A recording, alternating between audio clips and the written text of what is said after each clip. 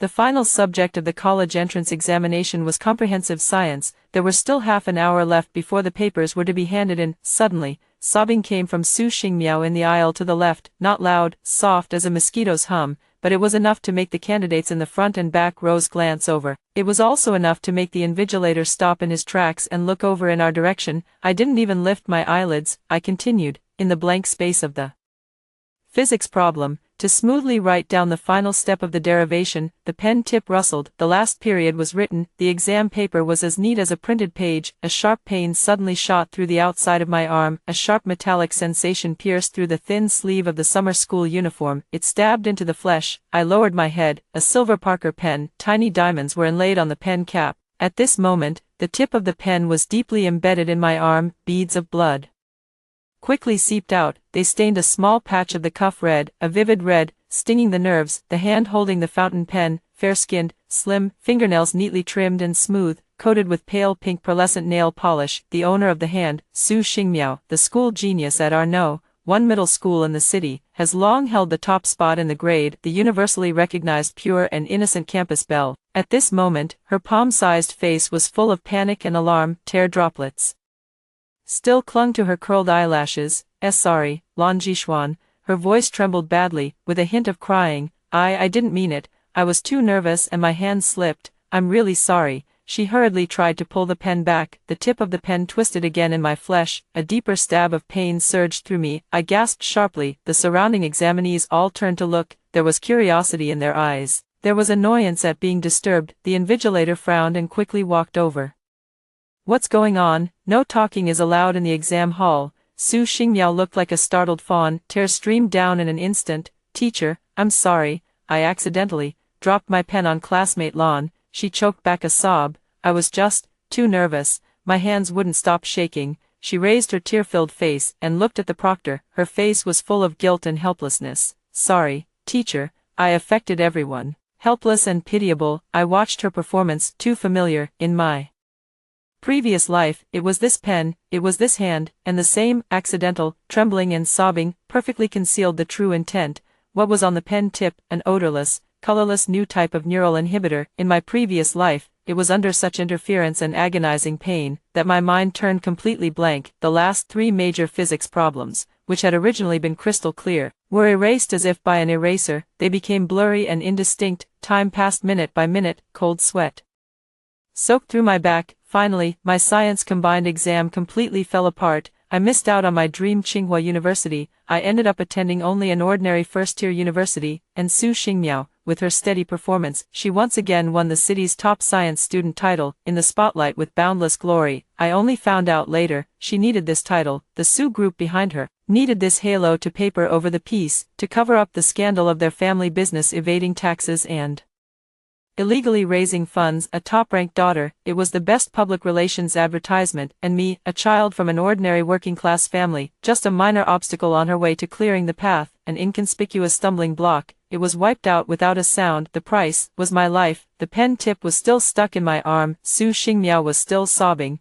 Classmate Lan, you're bleeding so much. Her voice trembled. Do you want to go to the infirmary? It's all my fault, she said. The fingers seemed to unconsciously rub against the pen barrel. A tiny groove, almost invisible, was gently pressed down by her fingernail. In my previous life, it was at this moment that I caught a faint, pungent smell, something like correction fluid, and then, my consciousness began to blur. This time, I didn't dodge, I didn't even pull back my arm, I just lifted my head. Look at her calmly, Su Xingmiao. My voice wasn't loud, clearly, stay calm, piercing through the background sobbing she had deliberately created. You hurt me, it affected my exam, I'll settle this score with you after the exam. Her sobbing stopped abruptly, as if someone had clamped a hand around her throat. Tears were still hanging on her eyelashes, yet a flicker of astonishment and gloom quickly flashed across her eyes. She seemed not to have expected me to react this way. The proctor had already walked up to the desk. Seeing the fountain pen and the blood on my arm, his expression changed. This student, how could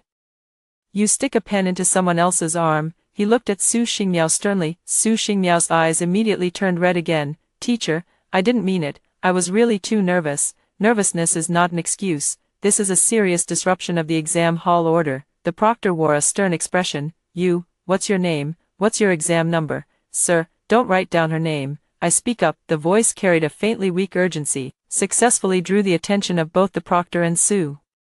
Xingmiao back, I'm fine. I tried hard to take a breath, my brows furrowed painfully. It's just that my arm hurts, and my head feels a little dizzy. Maybe I was just scared. I looked at the proctor, my eyes carried a plea and a barely suppressed sense of discomfort. Teacher, could you give me some ice water, or cold water? I want to clear my head. The proctor looked at my pale face and the obvious wound on my arm, hesitated for a moment. Don't move around. He turned his head and growled at Su Xingmiao, you, sit properly right now.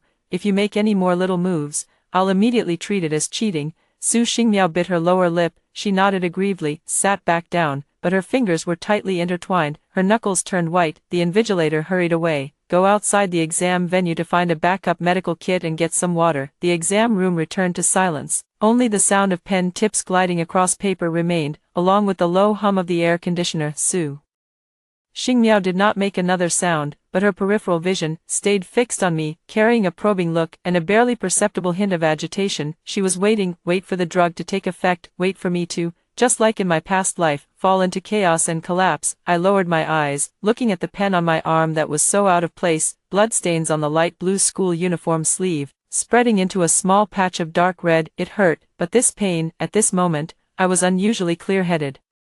It was stimulating every nerve in my body. That damned feeling of dizziness from my previous life did not appear, not a single bit, only the searing pain in his arm and a cold, crystal clear awareness deep in his heart. The moment he was reborn, I knew it. This pen, the medicine on this pen tip, is the first hurdle I must overcome. It is also Su Xingmiao's biggest reliance. This medicine, it's said to be a new thing brought in from abroad. It works fast, it's metabolized quickly. Go to the hospital after the exam. Nothing could be found. It could only be attributed to a brief breakdown caused by excessive psychological pressure on the examinee. The perfect crime. In my previous life, I was completely unguarded. This lifetime, I started preparing 3 months in advance. My family's circumstances were limited. I couldn't afford expensive imported antidotes, but I had one advantage. My parents were veteran workers at the municipal pharmaceutical factory. We didn't have much else at home. Various vitamin tablets, basic medicine tablets, enough to last. I rummaged through all the medical books at home. I looked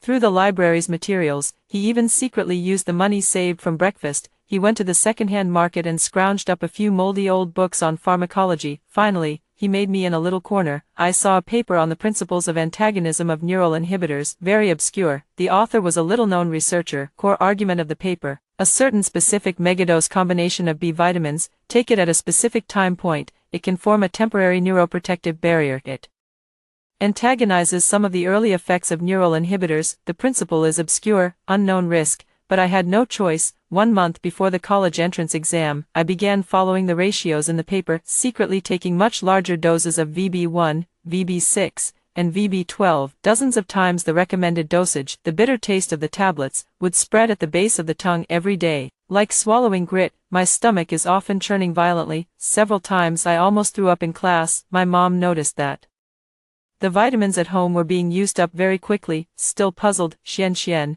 why have you been taking so many vitamins recently? Don't overdo it. All supplements/medicines have side effects. I lowered my head. She mumbled, solving problems has been too tiring, so I'm just trying to supplement my brain. She didn't think much of it. He just told me not to eat too much. To offset the side effects that a large dose of vitamins might bring, I forced myself to eat desperately, like a duck feeding machine. Even if I had no appetite, even if my stomach was already full, I still had to force it down. My weight hadn't increased much, but his face remained taut with determination, a fierce determination to burn all bridges. At this moment, in the exam hall, a stinging pain kept coming from his arm like steel needles, piercing the nerves, but my mind was incredibly clear, even clearer than usual. The complex electromagnetic field transformations in the last 3 physics problems, every bond-breaking and bond-forming step in the organic chemistry deduction problems, every genotype in the genetic map of biology, like highly polished crystal clear in my mind. The chain of logic fit together seamlessly, without the slightest obstruction. I could even spare a sliver of attention, feeling the warmth of blood slowly seeping out from my sleeve cuff, and the sound coming from Su Xingmiao's side, her breathing growing more and more agitated. She couldn't wait any longer. The proctor came back quickly,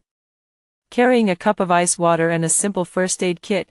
Quick, treat the wound first. He lowered his voice, he shot Su Xingmiao a reproachful glare. Su Xingmiao lowered her head, her shoulders trembled slightly, as if she were silently crying again. I took the ice water, a transparent plastic cup, water droplets had condensed on the cup wall, ice cold to the bone. Thank you, Professor. I brought the cup to my lips, didn't drink it, just took a deep breath of that icy air, with the smell of disinfectant and plastic. It shot straight to my head, and then, I used my uninjured left hand, picked up my own pen, dipped it in a little ice water. On the draft paper, he quickly wrote down 2 chemical molecular formulas. It was very slight, very sloppy, like random doodles drawn carelessly. The invigilator was busy opening the first aid kit. Take out the iodine cotton swab, didn't notice. Su Xingmiao's peripheral vision swept over, saw those 2 molecular formulas, her body stiffened almost imperceptibly, the shock in her eyes deepened. Those 2 molecular formulas, they were exactly the kind of nerve suppressant she had just been applying to the tip of her pen, and I found it in the pharmacology textbook, the core structural formula of some VB compound that may antagonize it. She was testing me. I'm also returning the favor to her, in the way she feared most. Tell her, your trump card. I revealed it, medicine. It was useless. Su Xingmiao suddenly turned her head, she stared fixedly at her exam paper, her fingers were gripping the edge of the desk hard, her nails were almost digging into the wood. Her test paper, a large blank space at the end of physics, her physics, which she was proud of, the brightest subject under the halo of her family at this moment, blank to the point of glaring. In her previous life, she had victory well in hand. I finished all the questions half an hour early, I even had time to check them twice, and still had the leisure to interfere with me this lifetime. She panicked from the moment I stepped into the exam room. My aura was already different from the old Lan Zhishuan, who had been taciturn and buried himself in study. It carried a cold, all-seeing air. It made her feel uneasy instinctively, and now, the medicine's effect seemed to be failing. Her psychological defenses were collapsing. Time passed minute by minute. The proctor helped me briefly clean the wound, applied iodine, put on a bandage. That troublesome Parker pen, he took it away, as evidence of disrupting the exam room. Su Xingmiao wanted to say something, his lips moved. In the end, she didn't dare to speak, her complexion just paled a few shades more. There are still 15 minutes left until the end of the exam. A prompt tone came through the loudspeaker. Attention, all examinees. There are 15 minutes remaining until the end of the exam. In the quiet exam room, a barely perceptible ripple of tension began to spread. The scratching of pen tips against paper grew denser. Some people began checking their answer sheets. Some people stared at the difficult problem, scratching their heads in frustration. I finished checking the multiple-choice answers I had filled in for the last time, confirmed to be correct, and then, under Su Xingmiao's disbelief-stricken gaze, I raised my hand, left hand. My right hand was still resting on the exam paper. Teacher, not loud, but in the quiet exam hall, it stood out especially clearly. I'm done. Can I turn in my paper early? The proctor froze for a moment. Many of the examinees in the exam room also looked up. Look at me in surprise. Turn in the science comprehensive exam early, and 15 minutes early. That either means a top prodigy is absolutely certain of victory, either they were complete academic failures who had given up entirely. But who was I? Lan Zhishuan. I was the famed top science student at No. 1 high school, although usually low-key, but the strength was undeniable. The proctor hesitated for a moment, then walked over. Student, are you sure you want to hand in your paper early? There's still time to check it over. I nodded. Sure, I've already checked everything. My voice was steady, my expression was calm, not the slightest bit flustered. The proctor looked at my answer sheet. The bubbles were filled in neatly. The exam paper was unbelievably tidy. The derivation of the physics problem was clear. The chemical equation balancing was precise. The genetic map in biology was clearly labeled. He nodded. All right, put away your exam paper and answer sheet, and leave the exam room quietly.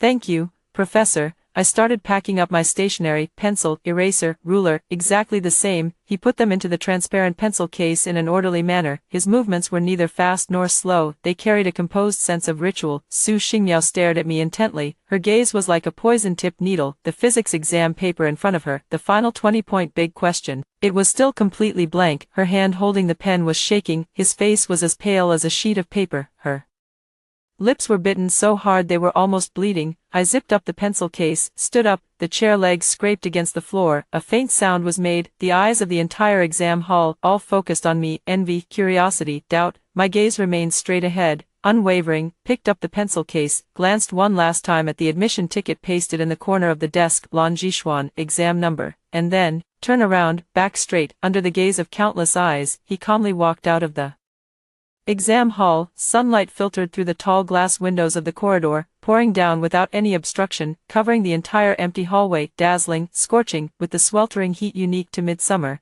as if the air itself were about to boil. I stood on the sun-baked, scorching tile floor, narrowing my eyes slightly, adjusting to the sudden blast of bright light. The area covered by the bandage on my arm was still throbbing faintly, but this bit of pain was insignificant at the moment. It was as if something in my chest was burning. It wasn't anger, not ecstasy, it was something cold, scorching hot. Magma called, one more time, surging through the blood vessels. The corridor was quiet, only the cicadas on the distant trees. Heartrending. I walked to the water dispenser at the end of the hallway. I took out my plastic cup. I poured myself a cup of warm water. The cold water slid down my parched throat, taking away the last trace of stifling dullness in the exam hall. Footsteps sounded from behind, very softly, with a hint of hesitation. I put down my glass, didn't look back, knowing who it was. Lan Jishuan, Guyubai's voice. It carried the crispness unique to a young man, and there was a barely perceptible hint of curiosity. He was in the same exam room as me, sitting in the last row, the true academic god of no.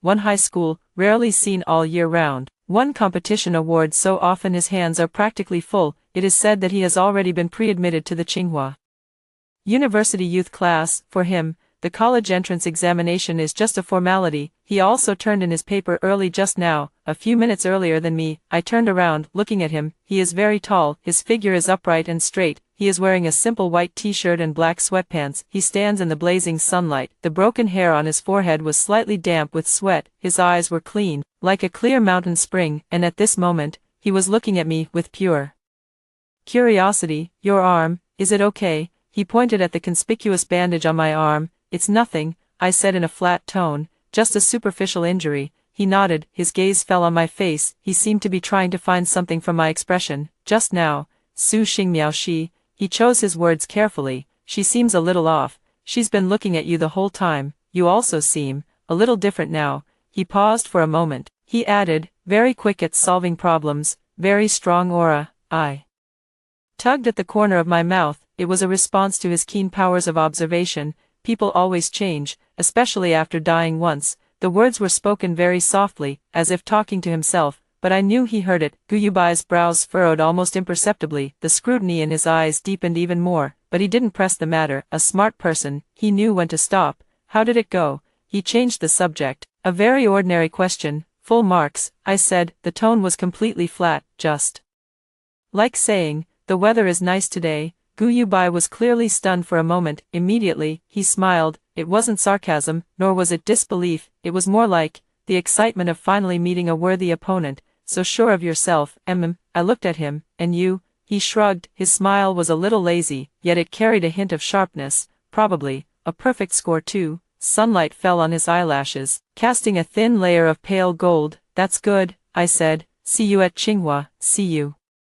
at Tsinghua. He extends his hand, distinct knuckles, clean and slender. I extended my left hand, the one that wasn't injured, gently held it once. A fleeting contact. His hand was warm. It had a thin layer of callus, traces left by years of holding a pen. Let's go, I said. See you when the exams are over and we've estimated our scores. Guyubai nodded. See you at the score estimate. I turn around. He walked toward the stairwell. He did not look back, but I could feel it. His gaze remained fixed on my back, warm with emotion. Not until I walked down the stairs. At the corner, the line of sight was cut off. In the shadow of the stairwell, the temperature suddenly dropped, in stark contrast to the bright sunshine upstairs. Just as I had gone down 2 steps, at the corner below, a boy wearing a black t-shirt with a buzz cut suddenly darted out, like a venomous snake that had been lurking for a long time, blocked my way. Chen Hao, one of Su Xingmiao's loyal lackeys, his family runs a shabby little auto repair shop. By currying favor with the Su family, he barely managed to get his son into No. 1 middle school. His grades were a complete mess. He was, however, quite skilled at fighting. At this moment, a half-burned-out cigarette dangled from his mouth. He lounged casually against the wall. The slanted-eyed man looked me up and down with ill intent. Well, isn't this the top student from Lan University? Finished your paper already? He deliberately raised his voice. His tone was thick with roguishness and mockery. Did you bomb it? Were the questions too hard? And did you cry? He took a step closer. A choking stench of cigarette smoke and sour sweat hit her in the face. Xingmiao Jia said she saw you leave the last few questions blank, right? TSK, what a shame, weren't you usually pretty good at putting on airs? I stopped in my tracks, he looked at him expressionlessly. Step aside. The voice wasn't loud, but very cold. Chen Hao seemed to have heard some joke. He let out an exaggerated snort of laughter. Move aside. Who do you think you are? He extends his hand, the greasy fingers were almost poking my face. Xingmiao Jia said to make sure you know your place. After the exam, keep your mouth shut, don't fucking talk nonsense about things you shouldn't say. Got it? He lowered his voice, with naked, explicit threat. Otherwise, your parents' crappy job at that drug factory, do they still want it or not? I didn't even lift my eyelids, the cold magma in my heart bubbled silently for a moment. Here we go again, in my previous life. After the exam, it was him too, with a few thugs. He blocked me in the alley behind the school, he threatened me with my parents' jobs, forced me to admit that I had been nervous during the exam and performed below my usual standard. It had nothing to do with Su Xingmiao. Back then, my science comprehensive exam completely fell apart, disheartened and despondent, threatened again by my parents' jobs. I could only swallow my anger and humiliation. I signed a so-called statement of circumstances. Became a tiny background noise on Su Xingmiao's flawless top scorer resume, a negligible background sound. Oh, I slowly lifted my eyes, my gaze was like a blade tempered in ice. I glanced over at his finger, which was almost poking my nose. Did Su Xingmiao send you? Chen Hao froze under my gaze, he subconsciously pulled his finger back, then he felt he'd lost face again, he stiffened his neck. So what if it is? Sister Xingmiao is doing this for your own good, don't fucking be ungrateful when you're being shown respect. Is that so? I tugged at the corner of my mouth, a smile curled at the corners of his lips, utterly devoid of warmth. Did she tell you that? I stepped forward, I wasn't as tall as him, but my aura suddenly rose, like a sharp blade drawn from its sheath. Its cold gleam was intimidating. Today, this pen, whatever is on the tip of this pen, and those messy little issues with the Su family. I spoke each word slowly and deliberately, the voice echoed clearly through the empty stairwell. Me, all, written down, here, those were the last few words, light as a sigh. It struck Chen Hao's ears, it was like a thunderclap. His expression changed instantly, from arrogant and unruly, to uncertain suspicion. There was also a trace of panic at having his true colors exposed. You, what the fuck are you talking nonsense about? His voice was a little weak, all bark and no bite. What pen? What nonsense? I'm warning you not to talk nonsense. I couldn't be bothered to keep watching his performance. I simply walked around him, my shoulder slammed hard into his stiff arm, it sent him staggering, his back slammed hard against the cold wall. Hiss, he cried out in pain. Before the curse could even leave his mouth, I had already walked down the stairs, only his straight back was left behind. Tell Su Xingmiao, my voice drifted up from below, without a trace of emotion, wash your neck clean, just wait. He walked out of the teaching building, a wave of heat came rolling in, carrying a wall of sound, surging toward me. Outside the caution tape, a dense crowd of anxious parents waiting, holding umbrellas, holding water, stretching her neck to search for her own child among the moving crowd of heads, noisy, sweltering. The air was thick with a mix of sweat, sunscreen, and food. Xian, over here, daughter. A familiar voice cut through the noise, it was urgent, breathless. I followed the sound and looked over. My dad, Lan Jianjun, was struggling to squeeze into the very front of the crowd. His blue work uniform, washed so many times it had turned white, stood out all the more in the colorful crowd of parents. Sweat trickled down the short-cropped stubble of his hair, his bronzed cheeks were sunburned red. In his hand, he tightly clutched a bottle of ice water, chilled so cold that it was covered in droplets, and a box of sliced watermelon, bright red melon flesh, packed in a disposable lunchbox. The lid was opened a crack, afraid it would spoil if kept sealed. My mom, Li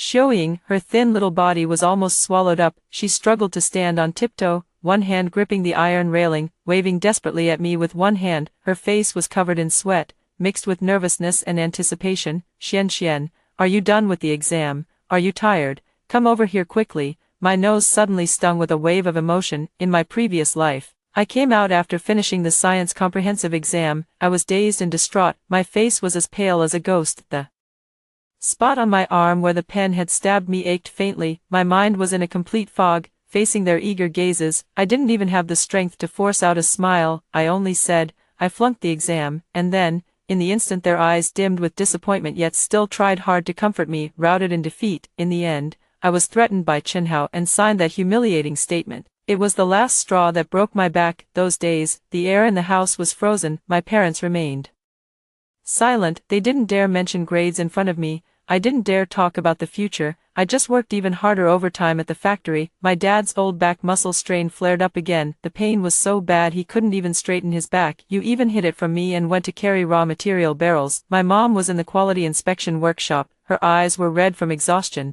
All just to earn that little bit more overtime pay. I wanted to repeat a year to save money for me later. I didn't repeat a year. I just enrolled in an ordinary university, with shackles on, carrying a burden of guilt, living in a daze, until their factory laid off workers because of poor performance. Both my parents were laid off, and the Su family's pharmaceutical company relied on the government support and bank loans brought by Su Xingmiao's top scholar Halo. It kept growing bigger and bigger. It merged several small factories in the city, including the place where my parents worked for their entire lives.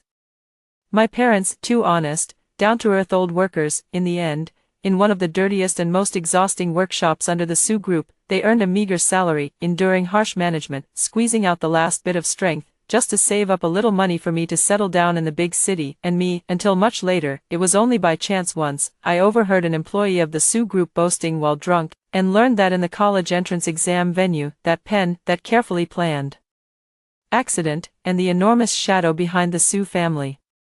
At that moment, all the clues, all the humiliation, all the sacrifices, connected into a blood-red line, strangling my life into suffocation. Now, this blood-red line was clenched in my hand. I took a deep breath. I forced down the scorching heat surging in my eyes. I put on an easy smile, toward those two pairs of eyes searching anxiously, striding forward. Dad, Mom, my voice was clear and bright. It cut through the crowd. They whipped their heads around, seeing the bright smile on my face, and that straight backed posture. Both of them froze for a moment. Immediately, a huge surge of joy and an unbelievable pleasant surprise swallowed them up in an instant. Hey, girl, over here. My dad's voice rose several notches. He kept waving his hand. My mom's eyes instantly turned red. She nodded vigorously, over and over. She kept saying, "It's good that you're out. It's good that you're out." I pushed through the crowd, ran up to them. My dad immediately stuffed the ice water into my hand. "Quick, take it and cool off." The water droplets on the bottle wet my palm. Cold, refreshing, thirsty. Right, hurry and have a sip of water. This damn weather is so hot. My mom, meanwhile, hurriedly opened the lunchbox lid. She picked up the biggest, reddest piece of watermelon with a toothpick. She brought it to my mouth. "Have a bite of watermelon first. Cool off a little. It's sweet." Her fingers were trembling with nervousness and excitement. Trembling slightly, I took the watermelon. I took a big bite. The icy juice burst in my mouth, incredibly sweet. It drove away the last trace of thirst in my throat. "Sweet, so sweet," I said with a smile. His eyes curved into crescents. "How did it go, daughter?" My dad rubbed his hands together. He asked cautiously. His eyes carried nervous anticipation. I was also afraid of putting pressure on me. "Not bad." I swallowed the watermelon. The tone was relaxed. "I've finished everything. Feels like it should be pretty good." As soon as these words were spoken, my dad's eyes lit up instantly, like two little light bulbs had been switched on. "Good, good, as long as it's done, it's good.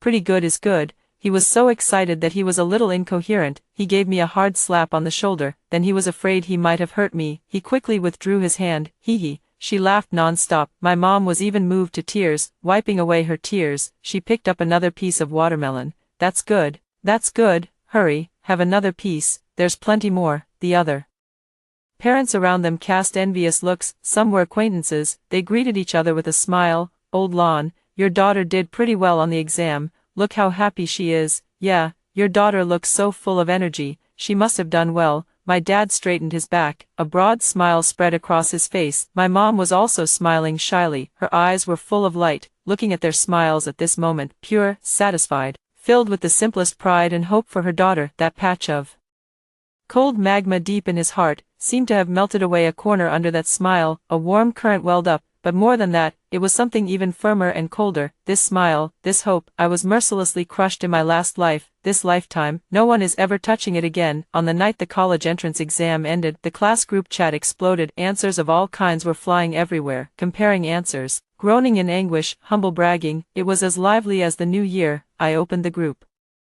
chat. I went straight to the comprehensive science answers that the physics class representative had posted, claiming they were the most authoritative. there was no discrepancy with the others. Go straight to the final big question in physics. The problem statement is complicated. It involves electromagnetic field superposition, variable speed circular motion of particles, and critical condition analysis. It is extremely comprehensive. The solution given in the standard answer used a whole page of A4 paper. The steps were tedious, the derivation was rigorous, but not the optimal solution. I stared at the screen, my fingers hovered over the phone keyboard for a moment, and then, I typed out an extremely concise solution process, core idea, using the relativistic idea of electromagnetic field transformations, a superficial application at the high school level, combined with the conservation of energy, directly build a brachistochrone model, bypass cumbersome dynamical analysis, 3 steps, reach the final critical condition directly. The conclusion is clear, the computational load dropped sharply, done, send. The group fell silent for about 3 seconds, and then, the physics class representative sent a string of giant question marks. Blue Ji Xian, classmate, what kind of solution is this? How did you skip to this step? I completely don't get it. Relativity. High school physics competitions barely even test this, right? This model, oh my god, you can build it like this, immediately. A few top physics students also chimed in. Whoa, this line of thinking, genius, bow down to the master. This solution is way simpler than the official answer, and it feels even more fundamental. Lan Jishuan, you've been hiding your true abilities pretty well. At this level, the physics department at Tsinghua is basically in the bag, right? Wait, this solution somehow looks familiar. Wasn't there a similar approach in one of the internal discussion problems for last year's physics Olympiad? National training team. The group chat was instantly flooded with amazement and admiration. I closed the group chat. I didn't look again. The private message notification kept ringing non-stop. Click. It was Gu Yubai. The profile picture was a pure black nebula. The message was brief. Beautiful solution. Have you done physics competitions too? I replied, no, I haven't. Reads a wide range of books. There was silence for a few seconds over there. Sent over a photo. It was a photo of a sheet of draft paper. On it were also written the solution steps to a problem. It was also that final physics problem. His solution was different from mine. He took a different approach, uses the ingenious mapping of complex functions in the synthesis of simple harmonic motion, transforms complex multiprocess motion into a problem of combining rotating vectors on the complex plane. Equally concise, equally elegant, even with a hint of mathematical artistry. The final critical condition obtained, exactly the same as mine. He sent a line of text. Different paths lead to the same destination. Department of Physics, Tsinghua University. I'll be waiting for you. I look at the screen, the corners of his lips curved slightly. Okay. The phone vibrated again. An unknown number. Text message. Lan Jishuan. Who do you think you are? How dare you show off in the group? Just wait and see. You'll have your time to cry. No signature. But it was obvious who it was even without thinking. Su Xingmiao, or rather, it was the dog she had ordered around. I sneered coldly. Deleted outright, blocked, cry. I cried enough in my past life, this lifetime. You're the ones who should be crying. A week later, college entrance exam score-checking day, midnight. The network was extremely congested. The score-checking system had crashed. Countless examinees and parents were huddled around their computers and phones. I anxiously refreshed the page. The old computer in my house, which had been used for nearly 10 years, the fan was buzzing loudly. It seemed like it was about to fall apart. The screen was stuck at the score-checking portal, spinning in circles. My parents sat nervously on the small stools behind me, holding my breath. Their eyes were fixed tightly on the screen. My mom put her palms together. Her lips moved silently, mumbling something. My dad was holding an unlit cigarette in his hand. His fingers rubbed the cigarette absent-mindedly. The room was filled with silent tension. My phone vibrated once. In the class group chat, someone screamed, "Ah, it's out. I found it." How much? How much? Holy crap. God Gu Yubai, 732 points, first in the province. Academic God, awesome. The group chat instantly exploded. 732, is he even human? What's the score in science? 295, full marks in physics, full marks in chemistry, 95 in biology. He's not human. I'm on my knees. Bring tea to God Gu. God Gu. Has Tsinghua's admissions office phone been blown up? Immediately, someone else shouted. Su Xingmiao also got her score, 711 points. That's really high too. Wow. Goddess Su is amazing. She's definitely in the top 3 in the city, right? Wait, what was her science score? 288. What about physics? Physics, 98. Chemistry 99. Biology 91, 98, lost 2 points on the last big question, what a pity, that's still insanely high, Goddess Su is awesome. The group chat was full of praise. Su Xingmiao's best friend promptly posted a screenshot. Su Xingmiao's report card, total score, 711, Chinese, 135, Math, 148, English, 145, Science, 283, Physics 98, Chemistry 99.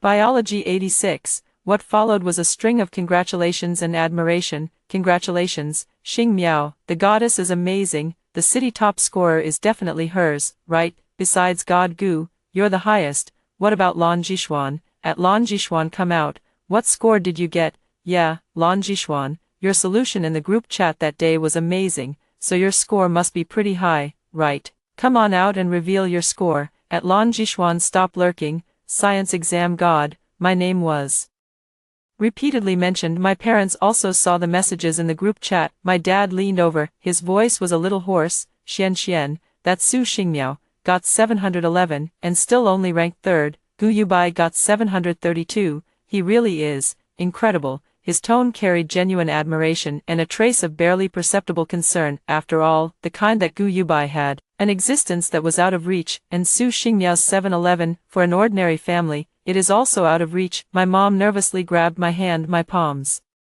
were covered in sweat. Xian, don't rush, let's check slowly. However much you can score is however much you can score. Mom and Dad will be happy. At that moment, the computer screen flickered suddenly. That damn blue circle finally disappeared. Query page popped up. Name, Lan Jishuan. Admission ticket number, Chinese, 147, Mathematics, 150, English, 149, Science Comprehensive, 300, total score, 746, small text at the bottom, provincial ranking, 1. The room fell into complete silence, only the hum of the old computer fan, and the cigarette in my dad's hand, a faint sound as it hit the floor. Click. My mom's mouth fell open, her eyes widened round, she stared fixedly at the numbers on the screen, as if wanting to etch it into his pupils. My dad stiffly bent down, to pick up that cigarette. His movements were as slow motion, his fingers were trembling badly. It took 2 tries before he managed to pick it up. He straightened up, his gaze fell back on the screen, a hoarse sound came from his throat, as if something were stuck in it. 746, it was as if he had used up all his strength. He finally managed to squeeze out those few words. His voice was hoarse, it cracked. My mom finally found her voice again, with a hint of crying. He suddenly pulled me into a tight embrace. Xian, my Xian, 746, a perfect score is only 750, my daughter. She was incoherent, tears poured out like a burst dam, pouring down in torrents, scalding hot, landed on my neck. My dad also reacted, his eyes turned red.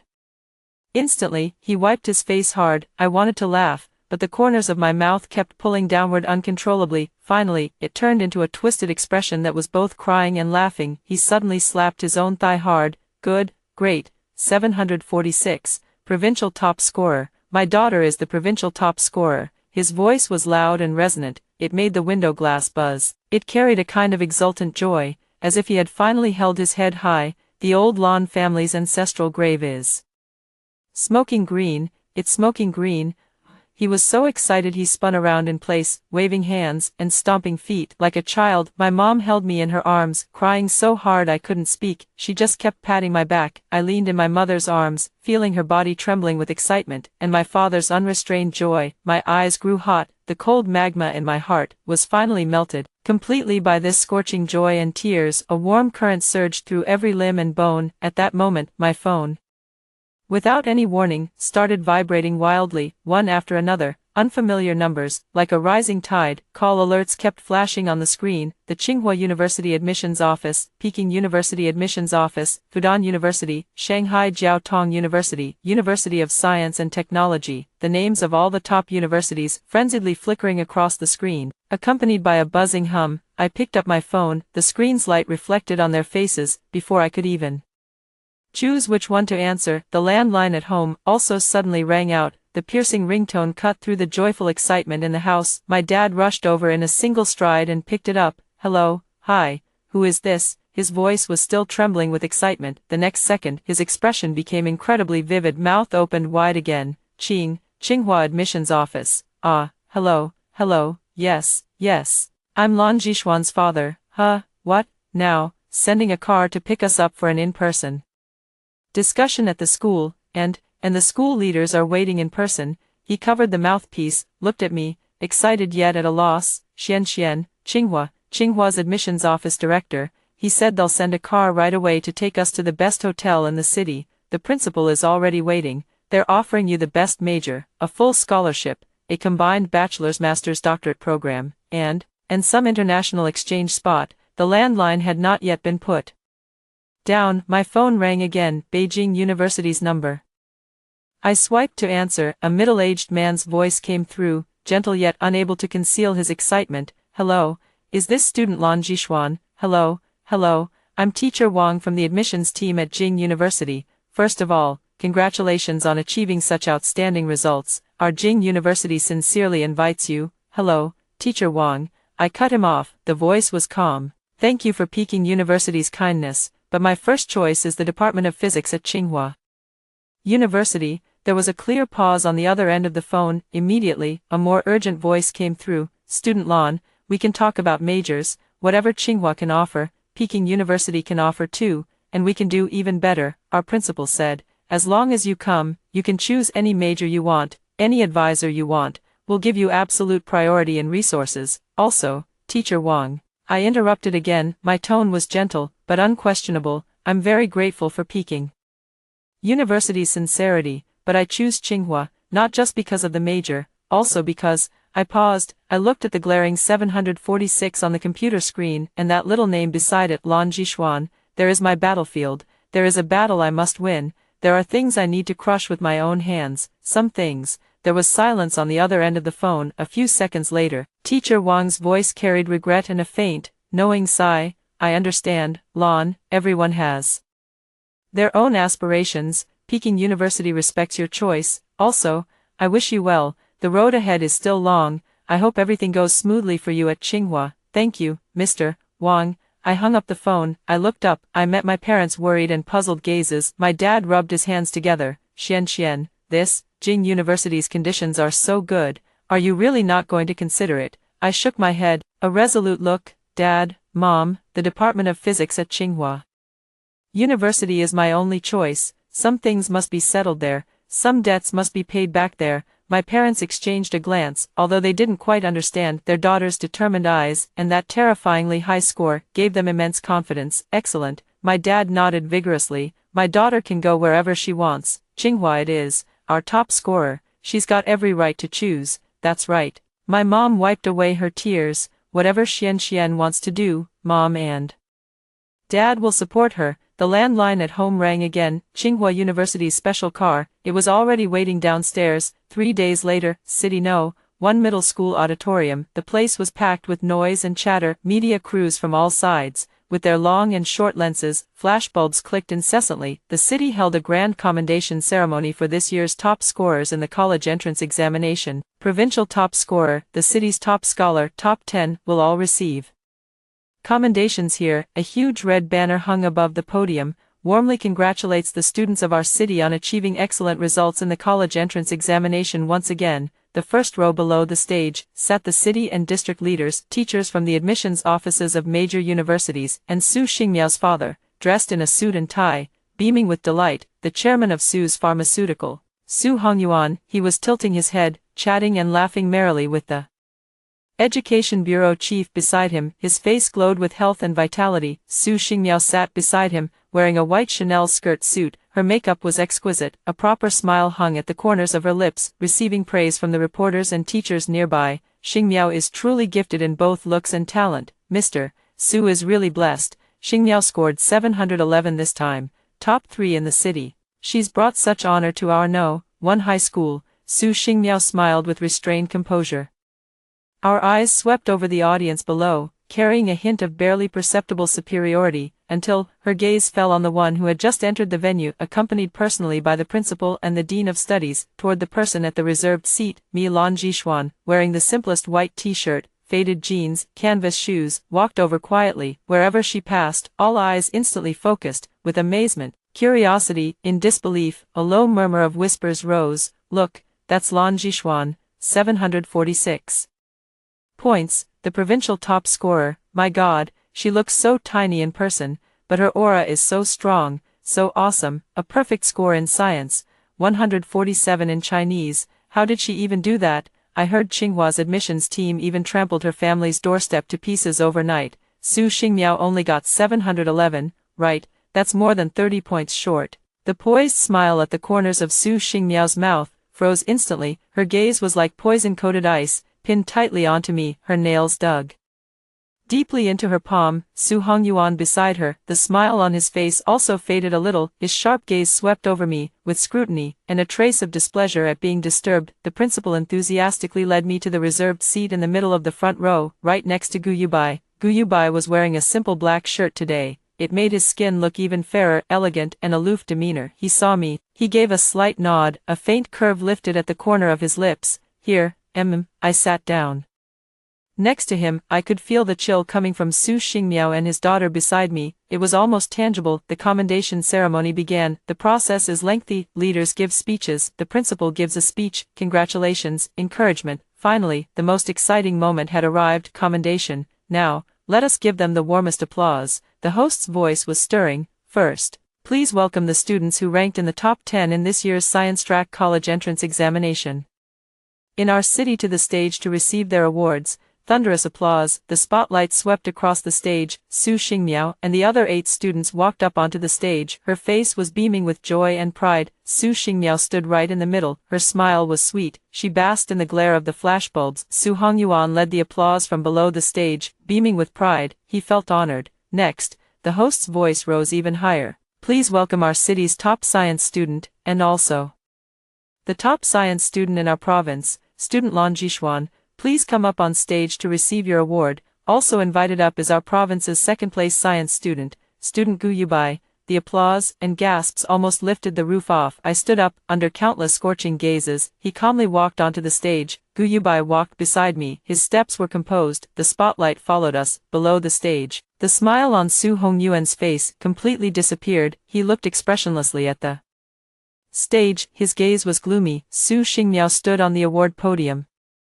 watching Gu Yubai and me walk toward the higher chairman's platform. The smile on her face could no longer hold it together. The corners of his mouth were stiffly turned downward. His eyes were filled with humiliation and unwillingness. I walked to the center of the podium. A huge, provincial top scorer trophy, gleaming gold. Next to it is the city top scorer trophy, a little smaller, but equally dazzling. The city's top leader personally handed the 2 trophies to me and Gu Yubai respectively. Congratulations, classmate Lan Jishuan, classmate Gu Yubai, you are the pride of our entire city and province. The leader gripped my hand firmly, beaming with a full smile. The flash was flashing wildly. Record this moment. Below the stage, Su Hongyuan's position, empty. Only Su Xingmiao remained, standing alone on the podium, pale-faced. Her eyes were hollow, like an abandoned puppet. The commendation ceremony ended. The media candidate session began. Reporters from all sides rushed forward. Most of the questions focused on Gu Yubai and me, Lan Jishuan, student, as the unprecedented scorer of 746 points. Your perfect science score is especially eye-catching. Do you have any unique study methods you can share? Gu Yubai, student, your 732 points are just as astonishing. Physics was also a perfect score. Do the 2 academic gods have anything you'd like to say to your juniors? The atmosphere was warm and friendly, until a man reporter wearing a gray suit, with gold-rimmed glasses. He looked refined and cultured, and stood up. He took the microphone, with a professional smile on his face. She looked at me. Hello, Lan Jishuan, I'm a reporter from Education Frontline. First of all, congratulations on achieving such brilliant results. He changed the subject, but recently, we've also heard some different voices. His voice came through the loudspeaker. It spread clearly throughout the entire auditorium. Someone claiming to be an insider at the exam venue leaked information, saying that at the scene of the college entrance examination's comprehensive science test, looks like something unexpected happened. He deliberately emphasized the word unexpected. His sharp gaze turned toward me, then he casually glanced at Su Xingmiao, whose face had gone deathly pale in the audience. It was reported that the classmate sitting next to you at the time, Su Xingmiao, seemed to have accidentally dropped a fountain pen on you because of excessive nervousness, even causing a minor injury. It is said that the proctor may also have stepped in to handle the situation. May I ask, did this accident interfere with your state of mind at the time? If there had been no such accident, would your score still have reached such a high level, or rather, did this accident, instead, to some extent, bring out your extraordinary performance? The question was sharp. It carried obvious guidance and implication. In an instant, the entire auditorium was so quiet you could hear a pin drop. All eyes turned to me in unison, filled with astonishment and curiosity, incredulity. Gu Yubai stood beside me, his brows furrowed almost imperceptibly, his gaze turned cold. Below the stage, Su Xingmiao suddenly raised her head. She looked at the reporter in horror, then he looked at me, her lips trembled. She wanted to say something, but she was held down tightly by someone who looked like her assistant beside her, and Su Hongyuan, who should have been sitting beside her, at this moment, was standing in the shadows at the side of the auditorium. His face was expressionless, he was looking coldly at the stage, like a venomous snake lying in wait. Clearly, this self-proclaimed insider of the exam hall, this different voice, this suddenly striking pen, whose handiwork it was self-evident. The spotlight shone on my face, somewhat glaring. Countless pairs of eyes were fixed on me, waiting for my answer, an angry rebuttal. Was it a tearful complaint, or skirting around the issue? I looked at the journalist with gold-rimmed glasses. There was no trace of emotion on my face, even a faint smile curved the corners of his lips. A very faint smile appeared on his face. Sir, the reporter, my voice came through the microphone, spread calmly throughout the venue. First of all, thank you for your concern. As for that small incident in the science comprehensive exam room during the college entrance examination, I paused. Her gaze swept over Su Xingmiao below the stage, whose face was as pale as paper and who looked as if she might collapse at any moment. A glance swept over Su Hongyuan, whose gaze in the shadows was vicious and sinister. In the end, it fell back on that reporter's face, clear, powerful. He spoke word by word. Dropping the fountain pen and injuring the arm was indeed an accident, but its impact on my exam state. I raised my right hand. On my arm, the spot where the pen tip had pricked me, there was also a small, inconspicuous bandage stuck to it. Only to this extent, just a minor scrape, that's all. I lowered my arm. Her gaze was calm and sharp. She looked straight at the reporter. She also looked straight at all the uncertain and startled gazes below the stage. As for my grades, 746 points, every single digit, every answer to every question, are mine. Lan Jishuan, one stroke at a time, open and aboveboard, on the college entrance exam battlefield. Written by my own hand, there is no such thing as any interference.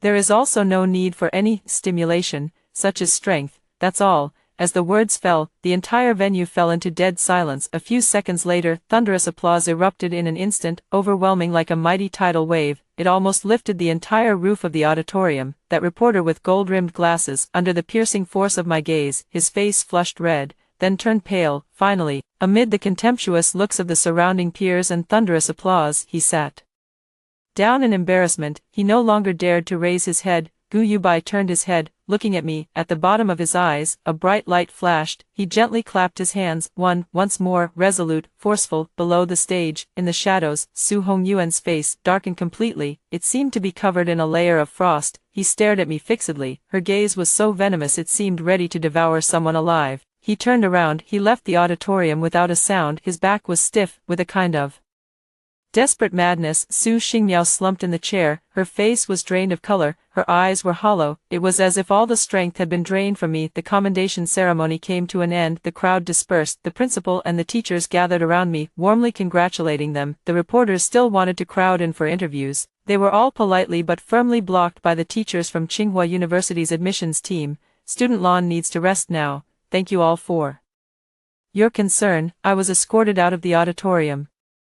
Just as I reached the entrance, a man in a black suit, wearing sunglasses, a tall man who looked like a bodyguard, silently blocked the way. Miss Lan, his voice was flat, completely flat. Chairman Su would like to speak with you privately. The head of Tsinghua University's admissions team, a professor surnamed Li, stepped forward immediately. Stand in front of me. His expression was serious. Sorry. Classmate Lan is the most important student at our Tsinghua University. We are responsible for her schedule and safety. If Chairman Su has anything to say, please make an appointment through official channels. The bodyguard didn't move at all, like a wall. His gaze passed over Professor Li, and looked straight at me. President Su said it was a matter of great importance. It would only take Miss Lan a few minutes. His tone carried an unmistakable pressure that brooked no refusal. It concerns Miss Lan's parents' jobs, and, he paused slightly, he lowered his voice, carrying a threat, Miss Lan's own future. I gently moved aside Professor Lee, who was standing in front of me. I smiled reassuringly at him.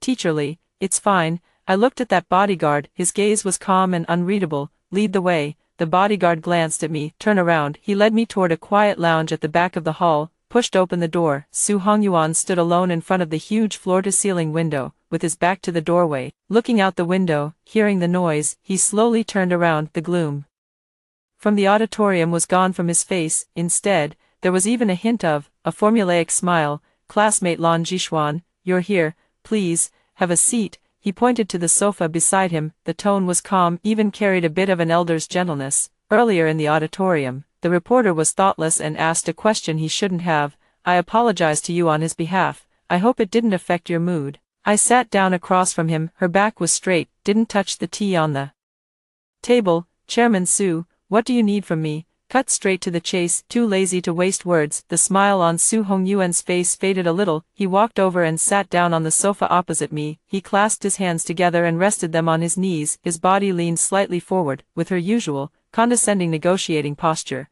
Classmate Lan, let's cut to the chase. What happened at the college entrance exam venue was a misunderstanding. Xingmiao has been spoiled by me since she was little, and she's timid and easily gets nervous. What happened that day was purely an accident. He watched my expression, seeing that I had no reaction. He continued, the injuries you sustained, our Su family will take full responsibility to the end, the best medical care, the best nursing, and will make sure not to leave even the slightest scar. Additionally, he abruptly changed the subject. I heard your parents are still working at the municipal pharmaceutical factory. The factory isn't doing too well. In that case, the Randy Center under my Su group happens to be short of 2 experienced pharmaceutical engineers. The salary is 3 times that of the pharmaceutical factory. The work is easy, the environment is good, and it also solves the problem of getting a Beijing household registration. As long as you nod, your parents can report for duty as early as tomorrow. He threw out his first bargaining chip, very tempting, for any child from an ordinary family. All were hard to refuse conditions. I quietly watched him. There was no expression on his face. Su Hongyuan's eyes deepened. As for you, he leaned back into the sofa, his fingers tapped lightly on the armrest. The Department of Physics at Qingda is a good place, but the competition is fierce, and talented people are everywhere. To stand out there, your Gaokao score alone probably isn't enough. You need resources, connections, and support. He looked at me. Every year, my Su group sponsorship funds for Qingda's basic disciplines amount to 8 figures. I can establish a special scholarship named after you. Amount. He paused for a moment. Name your price. I can also introduce you to the most prestigious mentors laboratory, a ticket to top international conferences, a paved path for your future academic career. These, Qingda official, may not be able to give you, but I, Su Hongyuan, all right. He threw out a second bargaining chip, heavier, more enticing, enough to make the vast majority of geniuses tempted. He looked at me. His gaze was resolute. It was as if he were waiting for prey to fall into the net. In his view, a top scholar from a poor family, faced with such a blatant temptation and a golden path laid out before him, there was no reason to refuse. I remained silent for a moment, and then, looking at him, suddenly, laughed. It was not a cold smile, it was not a sneer, rather, it was a smile that was, almost compassionate. Mr. Su, my voice was soft, it was like a cold stone thrown into a still lake. You just said, that pen, was it an accident? The smile on Su Hongyuan's face completely disappeared. His gaze was sharp as a knife. What do you mean? I slowly let my smile fade. That Parker pen, diamond-studded cap, custom-made. Inside the pen tip, there is a miniature pressure triggering device. When the pen tip is subjected to pressure impact at a specific angle, for example, I raised my hand and pointed to the spot on my arm where the bandage was stuck into the flesh. That device will activate, releasing the neural suppressor aerosol stored in the pen barrel, codenamed S7, colorless, tasteless. After inhalation, it will cause temporary mental confusion, reduced logical ability. The effect lasts for about 1 hour. After metabolism, no trace remains in the body. Every time I said a sentence, Su Hongyuan's face turned paler with each passing second. The fingers resting on the armrest turned white at the joints from the force he was exerting and trembled slightly. This drug was developed by an underground laboratory overseas, has not yet been made public, the channels through which it has entered the country. I paused, looking at his suddenly constricted pupils, very hidden, but not without traces to follow. 3 months ago, one offshore trading company under your name. There is an unusual fund flow. The amount is not large, the note says, special consumables, recipient.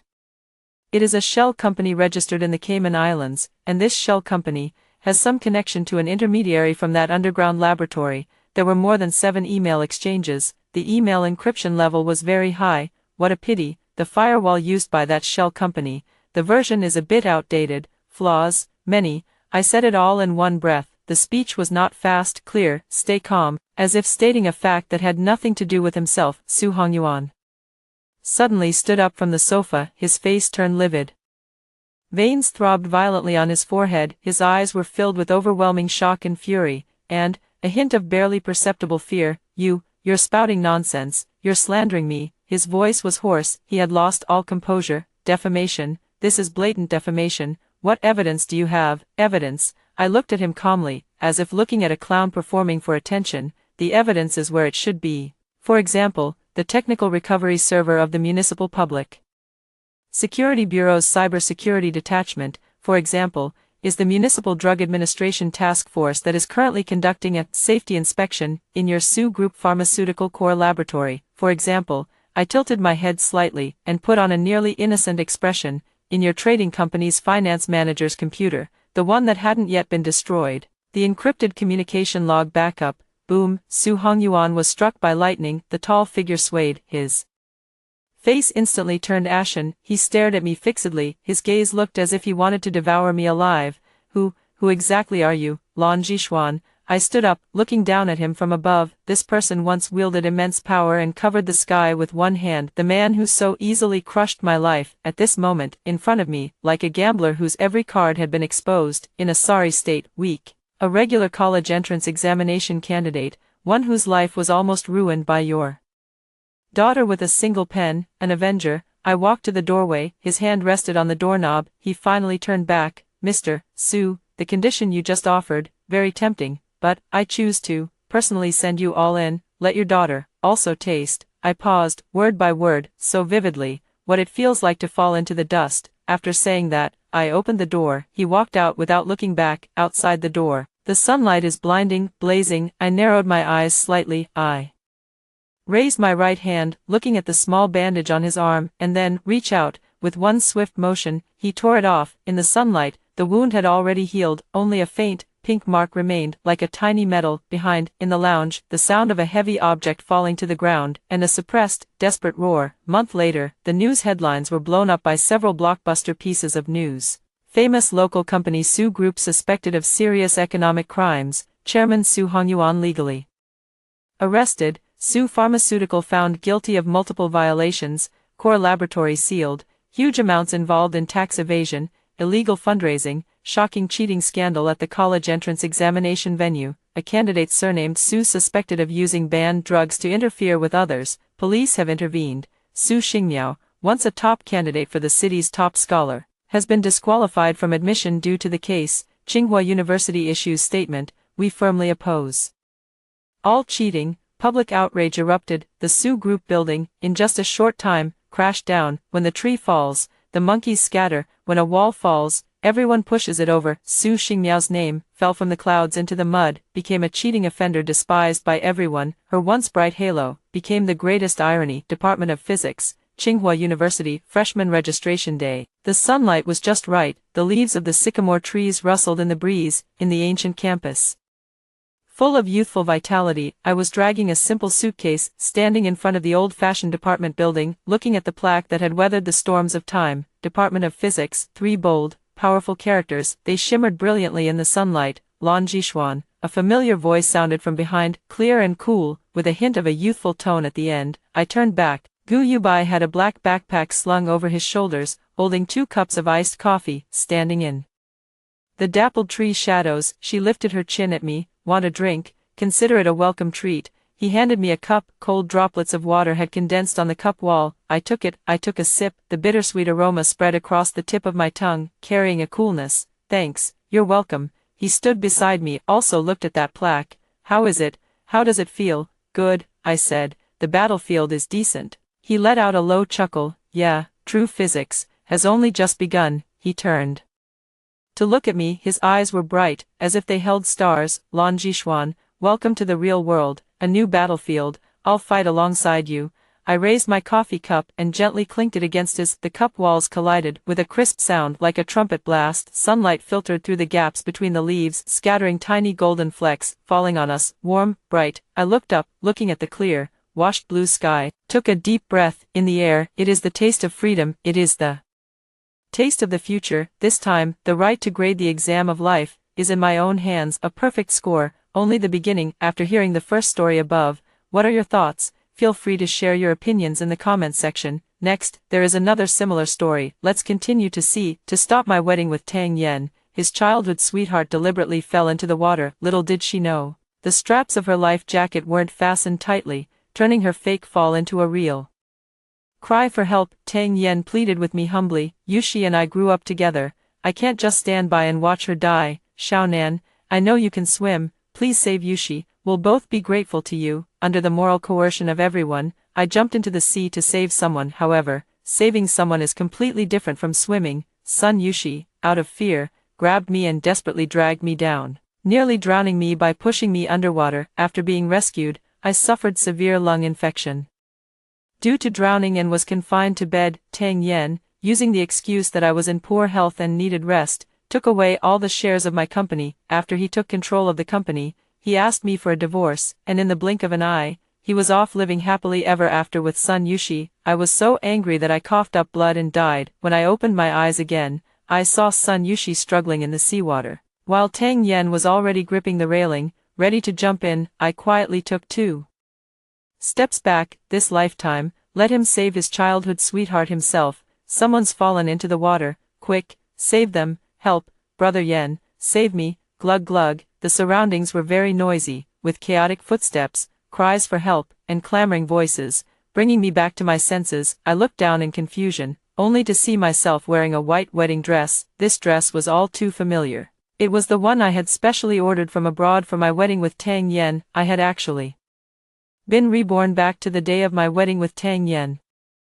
I suddenly looked up, taking in the familiar scene before me. Sun Yushi struggled desperately in the seawater. The life jacket that had been on her body was floating just out of her reach, drifting farther and farther away as she flailed. Upon hearing Sun Yushi's cry for help, Tang Yen immediately abandoned me, the bride, and rushed to the deck of the cruise ship. He stepped onto the railing, ready to jump. I followed closely behind Tang Yen and, seeing this scene, immediately reached out to stop him. I knew that Tang Yen not only couldn't swim but was also somewhat afraid of water. He nearly drowned in a river when he was a child, and it was said that Sun Yushi called for adults to save him, so he held a special affection for Sun Yushi. Yet Tang Yen still chose to hold the wedding on a cruise ship. I later found out that the cruise ship wedding was suggested by Sun Yushi. The drowning incident was also something Sun Yushi had planned long in advance, because Tang Yan's mother disliked Sun Yushi and firmly opposed her being with Tang Yen. Tang Yen had gone on hunger strikes and attempted suicide, but in the end,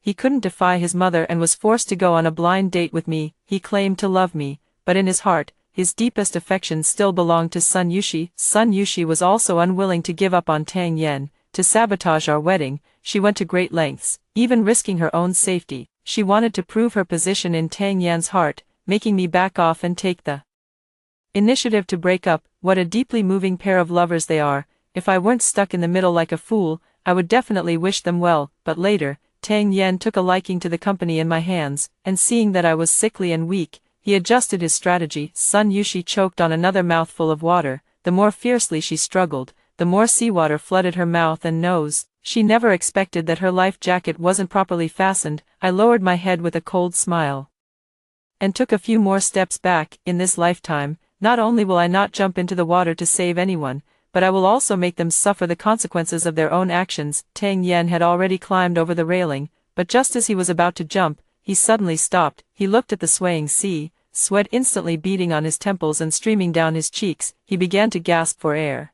leaning his body against the railing, then turned back in confusion. When Tang Yen noticed me standing behind him, his eyes lit up. Xiaonan, Xiaonan, help me up first. I saw his entire body trembling. So he's still afraid after all. I thought true love could conquer all difficulties in the world. Xiaonan, I remember you know how to swim. Please. Before Tang Yen could start with his moral coercion, I loudly cut him off. Tang Yen, I know you two are childhood sweethearts, growing up together. I also know you can't bear to watch her drown, but the one who's going to marry you is me.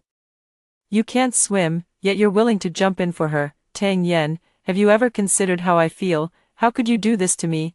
I was somewhat hysterical, and Tang Yan's words were all drowned out by my screams. Just as I grew tired from shouting and paused to catch my breath, Sun Yushi's mother limped over. She is the nanny of the Tang family. Her husband died early, and she became lame. So she has been living in the Tang family with Sun Yushi all along. She has always hoped that her daughter would marry Tang Yen. When I visited the Tang family, she often played tricks to embarrass me. At this moment, Sun's mother couldn't care less about mocking me. She pleaded with Tang Yen, Xiao Yen, Auntie begs you, Auntie only has this one daughter, for the sake of her saving you when you were young, could you please pull her up?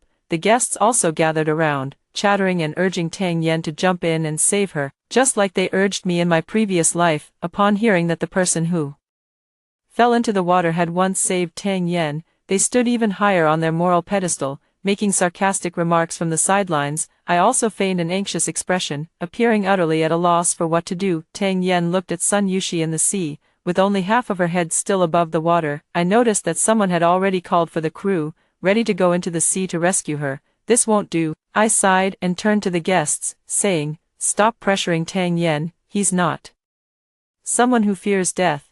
Although the person who fell into the water is his lifesaver, he can't risk his own life just for past gratitude. I looked at Sun Yushi's mother again, adding fuel to the fire. Auntie, don't make things difficult for Tang Yen either. After all, he's a young master from a wealthy family. In his eyes, your only precious daughter is nothing more than the daughter of a nanny. A flash of anger and humiliation crossed Sun's mother's eyes, then her knees gave way, and she knelt down before Tang Yen. Tang Yen couldn't handle it anymore. At the moment when Sun Yushi could no longer struggle and slowly sank, Tang Yen gritted his teeth fiercely and turned to climb back from outside the railing. Yes, climb back. He simply didn't have the courage to jump in and save her. As he trembled, clutching the railing to climb up, his lips quivered as he muttered, it's not that I don't want to save anyone. I really can't swim. If I jump in, I'll die. So, since he wouldn't save anyone himself, he insisted on forcing others to do it. He cared about Sun Yushi's life, he cared about his own life, but he didn't care about mine at all. At this moment, I had only one thought, he had to go down, he had to give an explanation to my past self. I shouted, Tang Yen, come up quickly, you're afraid of water, but I'm not. I'll go down and save her right now.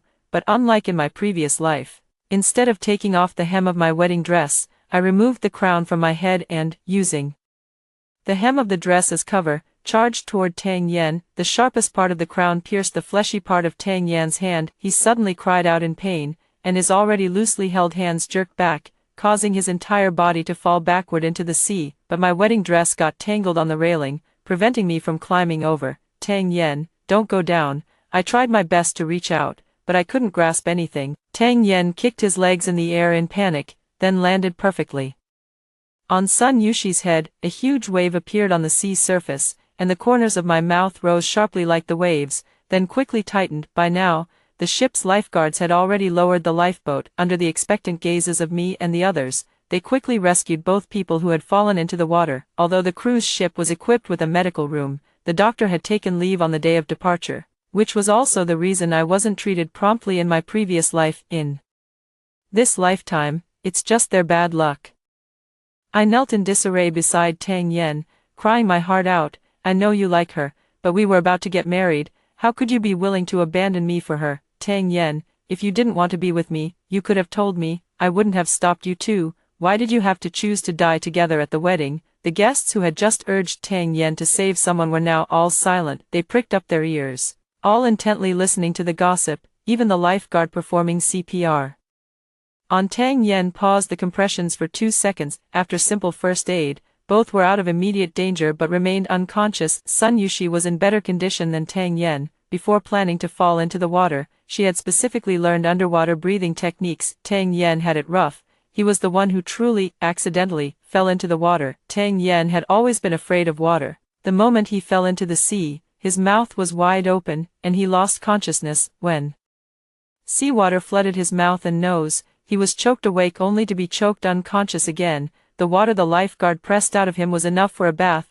watching the bloody water he vomited, I contentedly wiped my nose with my wedding dress. As the groom, Tang Yan's condition has naturally put the wedding on hold. The cruise ship is now in international waters, and we can only wait for helicopter rescue at this moment. I genuinely pray for Tang Yan. If he were to die just like that, it would be far too easy for him. The pain, suffering, betrayal, and humiliation I endured in my past life, he must experience them all in this lifetime. I dragged my wedding dress, with my hair disheveled, kneeling at the entrance of the medical room for 2 hours, and everyone was moved by my deep affection. Finally, the helicopter arrived and transported the two to the hospital that same afternoon. I also rushed to the emergency room with my bridesmaids. Sun Yushi had already passed the critical stage but was still unconscious. It seemed Tang Yan had hit her quite hard. In my previous life, at this very moment, I had already thrown myself into Tang Yan's arms, sobbing softly, "It's all my fault. I was feeling heartbroken about your marriage and just wanted to go to the deck to get some fresh air." Tang Yan held her tightly, comforting her softly. It was Zhou Xiaonan who insisted on jumping. She was just trying to show off. "It's not anyone else's fault. This time around, I'm the one standing." Outside, while Tang Yan is still in critical condition, Tang Yan's mother, upon seeing me, rushed forward intending to slap me. "If it weren't for you egging my son on, why would he want to have the wedding on a cruise ship? He's been afraid of water since he was a child. It's all your fault, otherwise my son definitely wouldn't have ended up like this." How ridiculous. It was clearly her own son's wish, but as soon as something goes wrong, she has to shift the blame onto someone else. Tang's mother raised her hand high, but before she could touch me, she was stopped by the 4 bridesmaids. "They are all hostesses I paid for," and to avoid Tang Yan's brothers causing trouble for the bridesmaids, I didn't dare to let my own close friends take the stage. At this moment, the 4 hostesses unexpectedly played their part. They pointed out Tang Yan's behavior of disregarding the wedding and insisting on jumping into the sea to save someone. "Don't talk about being a hero," I heard the woman in the water is the groom's childhood sweetheart. "Just look at the way they're staring at each other. It's definitely not innocent. Their eyes are practically pulling threads." "You're not blaming your own son for abandoning the wedding and jumping into the sea, leaving the bride behind, but instead accusing the innocent bride. Sounds like you're feeling guilty yourselves. I have the ship surveillance footage here, so don't even think about framing an innocent person." Of course, there were people recording at the wedding, but they were all behind me. They captured Tang Yan quickly running up to the deck, climbing over the ship's railing, and making as if to jump. Then, they turned the camera towards Sun Yushi struggling in the water, completely missing my subtle movements. After watching the footage, Tang Yan's parents turned pale. Tang's mother gritted her teeth, unwilling to give up, and pointed at the recording as she questioned me. "You were right behind Xiao Yan. Why didn't you stop him? You could have reached him easily." I covered my face, putting on a sad and haggard expression, as if my heart had been utterly broken, and I just kept crying without answering. 2 young women comforted me from either side, while the other 2 stepped forward and pointed at Tang's mother, scolding her, "Like mother, like son. The son is entangled with another woman, and the mother just shifts the blame. Look at your son's resolute expression. Who would dare to pull him back? After pulling him, would you then blame someone else for pushing your son into the water? So, are you saying that if your son changes his heart, it's the bride's fault? Do you also want to say that it's all because the bride couldn't keep your son's heart? The little wretch who caused your son to fall into the water is lying in the next room. Why don't you go slap her face?" Mrs. Tang was too confident, insisting on taking on 4 people at once, and nearly fainted from anger. In the end, a nurse came out and strictly forbade everyone from making noise in the hospital. I secretly glanced at Aunt Tang, who was clutching her chest, feeling a secret delight. This old woman was her son's accomplice. In my past life, she often came to humiliate me under the guise of visiting the sick. At that time, I was already lying in a hospital bed, barely able to get up. She stood by my bed, hands on her hips, cursing me as a hen that couldn't lay eggs, saying I was sick and dying, and still dragging her son down. In the end, she even took out a photo of Tang Yan and Sun Yushi to provoke me. She laughed triumphantly. "Look how well matched Yushi and our Xiao Yan are. They haven't been together long, and Yushi is already pregnant. What a blessed child." But she forgot that it was she who had vehemently opposed Tang Yan and Sun Yushi being together in the first place. She looked down on Sun Yushi's mother for being a nanny, believing that Sun Yushi was also inferior. Now, at the very moment she despised Sun Yushi the most, Her only son had nearly lost his life for Sun Yushi. I didn't stay at the hospital for long before being surrounded by 4 young women who helped me change clothes. After learning about the capabilities of the 4 young women, I arranged a hotel for them and planned to continue hiring them for another 3 months. That night, I opened a short video platform, edited the wedding footage, and posted it online, especially the part where I knelt outside the medical room. The angle was captured perfectly, and everyone who saw it said I looked utterly shattered. I even bought myself a trending topic, then turned off my phone and slept soundly. I didn't wake up until noon the next day. I applied a sickly makeup look, took the chicken soup delivered by the delivery guy, and headed back to the hospital with 4 young women. I arrived just in time. Tang Yen had woken up just half an hour ago. As for Sun Yushi, it was said she had woken up late last night. I knocked on the door of Tang Yan's hospital room, and without waiting for a response from inside, I led the group of young women in a bustling rush. In the VIP ward, Tang Yen was the only one there. Tang Yen lay in bed, his eyes half open, staring fixedly at the ceiling. He wore an oxygen mask, his exposed chest covered with ECG monitoring devices, his left arm strapped to a blood pressure monitor, and 4 needles inserted into the back of his right hand, and both legs wrapped in antithrombosis devices. Most importantly, he was also wearing a urine bag. The sorrow I had been building up nearly faltered.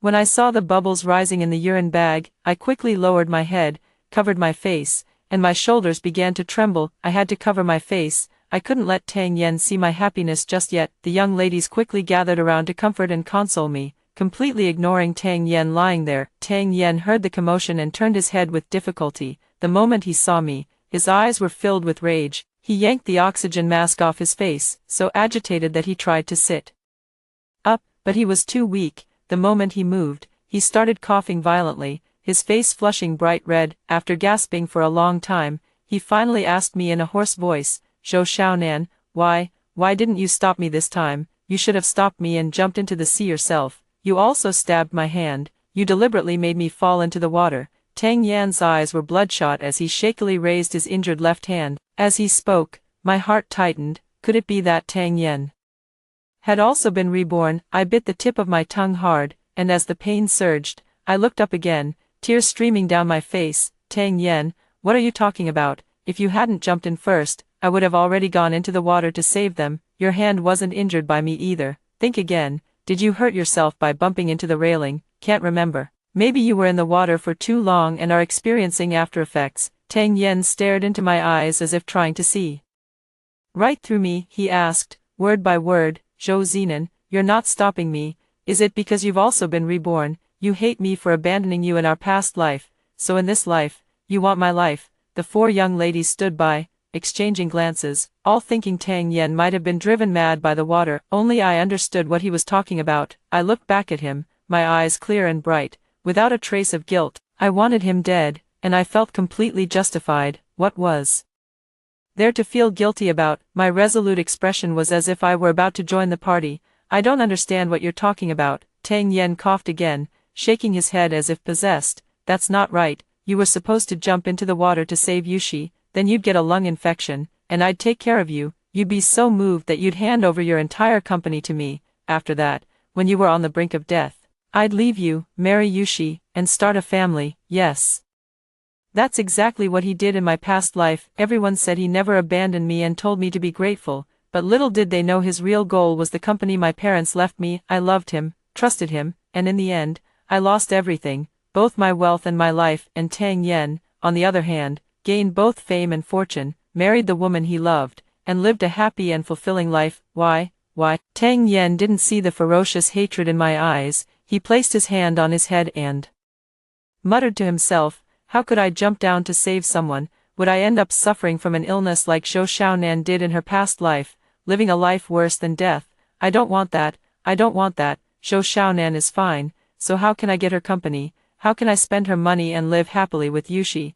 I regret it. Why didn't I reincarnate earlier? That way, I could have just pushed Zhou Xiaonan into the water." Hatred nearly pierced my heart. My fists clenched tightly. Just as I was about to lose control, the door to the hospital room was pushed open. Sun Yushi entered the hospital room in a wheelchair. My gaze lingered on her face. There was an extremely deep scar running from her eyelid to the corner of her mouth on the left side of her face. Instantly, I thought of the crown that had stabbed Tang Yen. He fell into the water while holding that crown, and it landed right on Sun Yushi's head, even cutting her face. A 50,000 yuan crown, worth every penny. Noticing my gaze, Sun Yushi's face twisted in rage, as if she were about to rush over and strangle me the next second. Unfortunately, she didn't have the strength to even stand up. All she could do was will her chair over, throw herself at Tang Yen, and start crying. Wah wah wah, brother Yen, are you okay? You scared Cece to death. Cece thought she'd never see you again. The weakened Tang Yen couldn't handle Sun Yushi's forceful pounce at all. Like a dying fish, he suddenly bent over and started coughing. And bubbles began to appear in the urine bag again. Seeing those bubbles, I suddenly wasn't angry anymore, as if my mammary glands had cleared up all at once. Anyway, in this lifetime, the one living a life worse than death isn't me. The indignant young ladies wanted to step forward to deal with the scumbag and the shameless woman, but I stopped them. No rush, their retribution is yet to come. Sun Yushi clung to Tang Yan's arm, still trying to make her presence felt. Brother Yen, you're so good to me. If you hadn't jumped in without hesitation, I might have drowned. She provocatively turned her head to look at me again. Sister Zhou, you won't blame me for ruining the wedding you so carefully planned, will you? It's all because of the deep bond between Brother Yen and me over the years. I smiled and pointed at Tang Yan's arm, which was pressed so tightly by Sun Yushi that the blood had started to flow back, turning the four-tube crimson. Of course not, how could I possibly blame you? After I finished speaking, I pulled the girls to stand further away. Only then did Sun Yushi notice, crying and apologizing while clumsily massaging Tang Yan's arm. Watching Tang Yan's cries of pain and the crooked needle, I hummed a tune and pressed the emergency call button. From the doctor, I obtained Tang Yan's diagnosis report. As expected, it's a lung infection, but compared to my past self, his condition is more severe, accompanied by lung bleeding, cerebral hypoxia, and so on. In my past life, despite being provoked by them like that,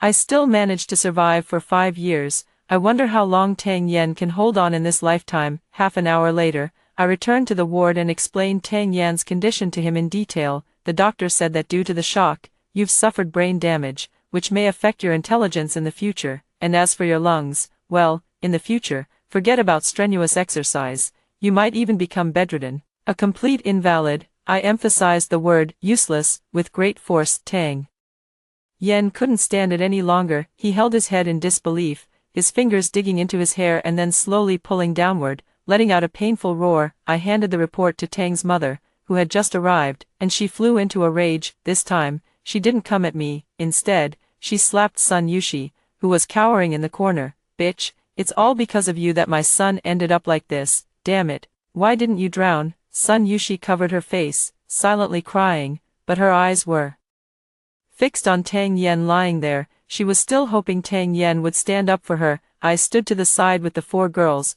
watching the drama unfold. With the 4 of them around, even if Tang's mother wanted to take her anger out on me, she'd have to think twice. Tang Yen had long lost any mood for pitying the fairer sex. He was immersed in his own world, completely oblivious to Sun Yushi's resentful gaze. No, it shouldn't be like this. It must be a dream, a dream. Clearly, it wasn't supposed to be like this. Tang Yen suddenly lowered his hands, struggling to lift his head, gazing at me with deep affection. Xiao Nan, we're already married. Could you sell the company and use the money to treat my illness? Tang Yan's parents run a chain of supermarkets. In recent years, affected by online shopping platforms, their profits have been declining steadily, but they can still afford the money for his treatment. Even in such a critical condition, he still hasn't forgotten to scheme against my company. The ward instantly fell so quiet you could hear a pin drop. Even Tang's mother seemed stunned for a moment. Tang Yen, afraid I wouldn't agree, quickly made me a promise. Once I recover, I promise to arrange a grand wedding again, making you the happiest woman in the world. Of course, after I get better, I'll return the money from selling the company to you, principal and interest included. If not for the experiences of my past life, I would have truly been moved by his sincerity. I almost couldn't hold back, nearly laughing out loud. Then I pretended to be troubled and said, but how can I feel at ease going to handle company matters when you're in this state? I'm your wife, I should be by your side. Mrs. Tang rolled her eyes and put on a warm smile. Xiao Nan, why would you need to do the work of serving others yourself? She glared fiercely at Sun Yushi, who was still in tears. Some people always have to pay the price for what they've done. I couldn't agree more with that statement. Mrs. Tang immediately arranged for Sun Yushi to take care of Tang Yan in the hospital room, completely disregarding the fact that Sun Yushi herself was still unwell. She said that she had originally planned to fire Sun Yushi's mother, and this time would be considered an opportunity for them to redeem themselves. Sun Yushi, of course, was unwilling. The 4 young women who followed me immediately patted their chests, saying they were willing to stay and take care of Tang Yan. Seeing the 4 beautiful and tall women, Sun Yushi grew anxious. Brother Yan must be taken care of by me personally. My mother is a nanny, and I've known how to care for others since I was young. There's no need for anyone else to interfere. I pretended to be troubled inside, then agreed to the arrangement. Thus began Sun Yushi's painful career as a caregiver. To stay updated on their situation in real time, I even hired a young man who had some connections at the hospital and a passion for photography. Every day, the young man would send me a few videos. In the first few days, Sun Yushi was overjoyed. She couldn't wait to be alone with Tang Yan to nurture their relationship, but Tang Yan was sickly and covered in medical equipment. Forget getting close, even turning over required assistance, and Tang's mother clearly despised Sun Yushi. She was determined to punish the woman who had seduced her son and didn't even hire an additional caregiver. Sun Yushi not only had to feed Tang Yan and give him medicine, staying up late to keep him company, but also had to wipe his body and change his clothes due to his cleanliness obsession. What Sun Yushi found most unbearable was that Tang Yan couldn't get out of bed, so she had to handle all his bathroom needs. Although Sun Yushi was the daughter of a nanny, she had grown up with Tang Yan since childhood and had never done any dirty or tiring work. Aside from enduring a few sarcastic remarks, in just a few days, she visibly lost weight. Of course, she didn't dare to have any opinions about Tang's mother, so she could only complain to Tang Yan, not wanting to openly admit that she was unwilling to take care of Tang Yan. Sun Yushi would complain about her hands feeling rough one day and cough non-stop while holding her waist the next. Tang Yan wasn't a fool. He knew exactly what Sun Yushi wanted, but the look in his eyes when he gazed at Sun Yushi grew increasingly ambiguous. Until one day, after Sun Yushi finished changing Tang Yan's socks, she suddenly erupted. She threw the dirty socks on the floor, stomped on them frantically with her feet, and then burst into loud sobs.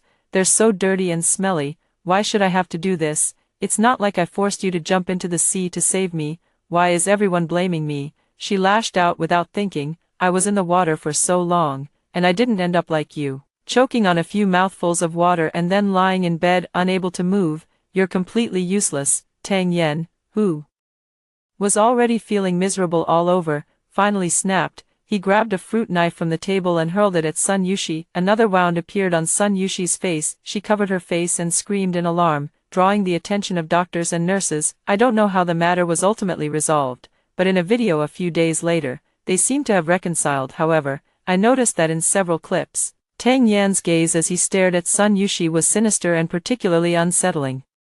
Tang's mother hired another caregiver for Tang Yan, so Sun Yushi no longer had to personally handle the filth. I stopped paying attention to them and began to reorganize my own company. After my parents passed away unexpectedly, I hadn't been very diligent in managing the company. Before marrying Tang Yan, he had continuously brainwashed me, urging me to stop being in the public eye and return to family life. In my previous life, I didn't resist either. After my health deteriorated, I even handed over all management authority to Tang Yan. In this life, I won't be foolish anymore. This company is the very foundation of my existence. I tried hard to recall who immediately switched sides after I fell ill back then. These are the primary targets I need to clear out. I was afraid that once Tang Yan felt a bit better, he would realize I had no intention of selling the company and would find some way to strike against me. After all, he has lived 2 lifetimes. The money I was tricked out of in my previous life allowed him to live comfortably and freely.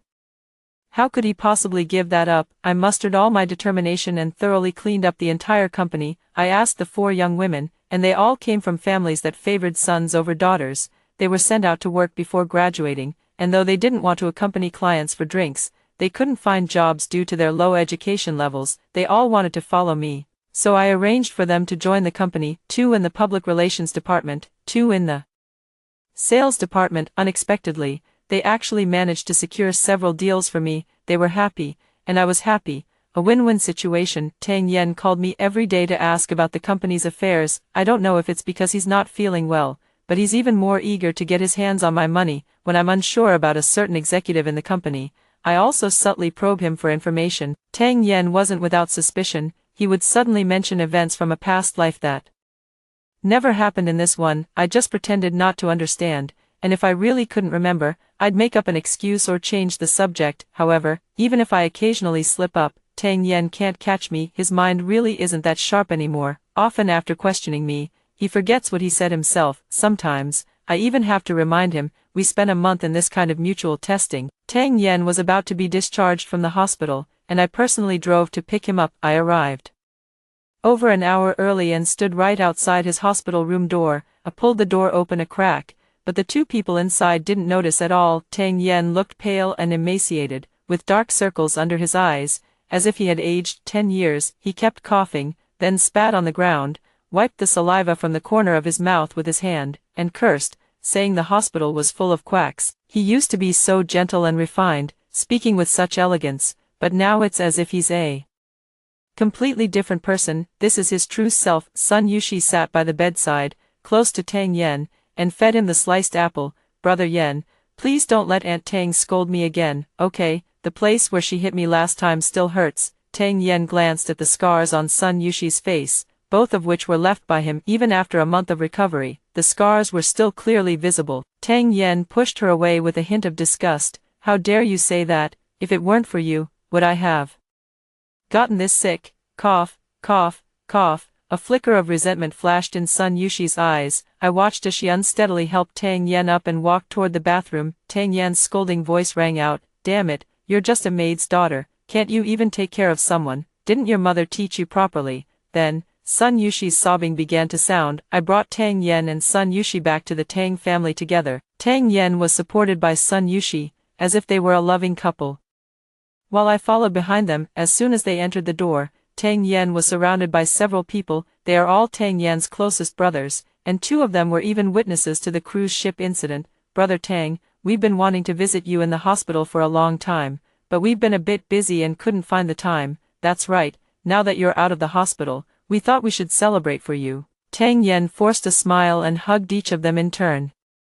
Whether it was sincere or not, he put on a great show on the surface. As soon as Tang Yen sat down, he couldn't help but start coughing. His few close friends all furrowed their brows, and the one sitting closest even quickly left his seat, excusing himself to go to the bathroom and running off. Tang Yen covered his mouth, his whole body trembling, unsure whether it was from the coughing or from anger. After finally catching his breath, he weakly gestured for Sun Yushi to serve tea to everyone. They all clearly knew about the relationship between Tang Yen and Sun Yushi. They call me sister-in-law to my face, but in reality, they're all winking at Sun Yushi. I play along with their act, smiling all the while. After all, I was the one who leaked Tang Yen's discharge time. Wasn't it just to get them to come over and gather? When I saw Sun Yushi in the kitchen, I deliberately pretended to be on a phone call. Yes, all his friends are here. I heard a few of them come from families that own companies.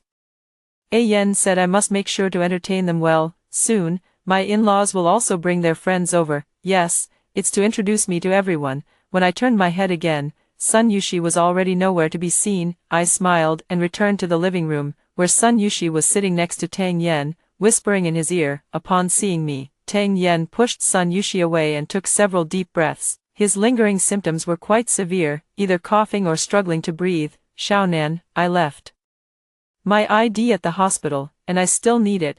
Could you please help me get it back? His eyes flickered, but he insisted that I go retrieve it. I secretly recorded our conversation, then smiled, picked up my bag, and left. Just as I reached the door, a delivery guy arrived. I took a special look. Seafood, barbecue, fried skewers, and all kinds of foods that are off-limits for lung conditions, along with several cases of alcohol, including beer, baijiu, and foreign liquor. I smiled and returned to my villa, then called the hospital to ask the nurses to help look for the lost identification documents. I quickly lay down for a nap, as the evening was likely to be lively. 3 hours later, my phone started vibrating wildly. As soon as I answered the call, I was met with an overwhelming cacophony of noise, shouting, wailing, and the sound of things being smashed, all blending together, tearing at my eardrums. The sound of Tang Ma's hoarse, desperate curses came through the receiver. Zhou Xiaonan, where the hell have you been? Get to the hospital now. Tang Yen is in critical condition.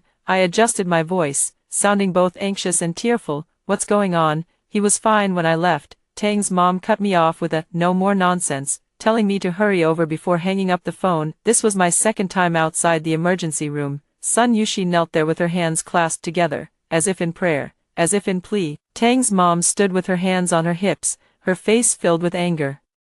Before she could even speak upon seeing me, I took the initiative. What on earth is going on? I was only gone for a short while, and he had an accident. What exactly are you trying to do? Does this family have to fall apart without me? Tang's mother was intimidated by my imposing manner and dared not meet my gaze. To save face, she immediately shifted her target and kicked Sun Yushi, who was kneeling there. Who told you to order all that food and wine? You knew perfectly well that Xiao Yan hasn't fully recovered yet. Are you trying to kill him? Sun Yushi was kicked to the ground, revealing the bright red slap mark on her face as she retorted, but you and Uncle Tang were there too, and neither of you tried to persuade Brother Yan to drink less. Mrs. Tang went into a frenzy again, grabbing Sun Yushi's hair and slamming her head against the wall. I quickly stepped back, afraid of getting blood on my clothes. With the doctor's efforts, Tang Yan was saved once again. This time, Tang's mother didn't want Sun Yushi to get close to her son anymore. She wanted me to stay and take care of him. I refused,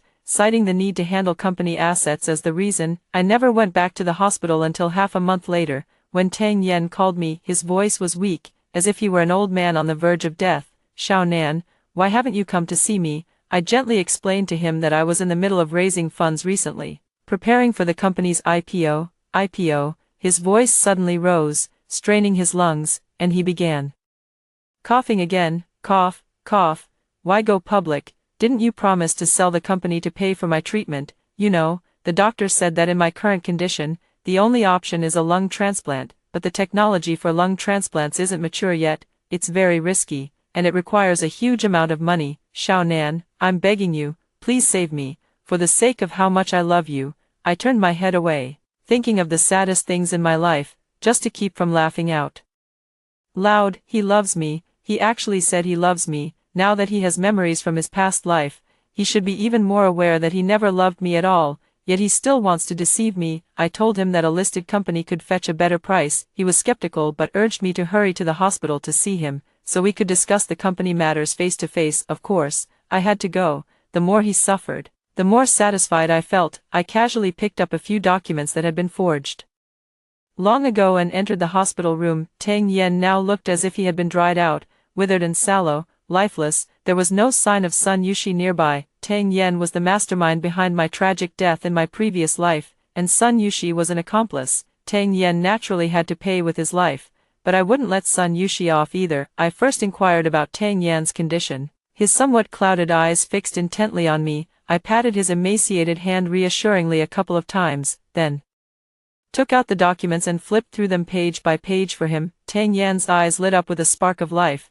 They're really willing to acquire it for 1 billion. Of course I'm willing. The company's prospects are excellent, but the contract will only be signed after it goes public. I showed a troubled expression. But you urgently need the money, and I'm afraid. Tang Yan gritted his teeth. It's fine, just go ahead and do it. My parents still have some money, and if it's really not enough, I'll have them transfer the supermarket first. After all, it's been losing money all these years. That was exactly what I was waiting for him to say. He fully played the role of the devoted male lead, professing his undying love and promises to me. I played along, pretending I couldn't live without him, even going so far as to spout nonsense like having 8 children with him. After all, it was all mutual deception. Who was really more innocent than the other? Then I changed the subject and asked about Sun Yushi. Why haven't I seen Sister Yushi? You ended up like this for her sake. Even if your mother doesn't like her, she should at least show some concern. Tang Yan fell silent. Of course, I knew the reason. A week ago, Sun Yushi and Tang Yan had a huge argument. Sun Yushi intended to sue Tang Yan for intentional harm.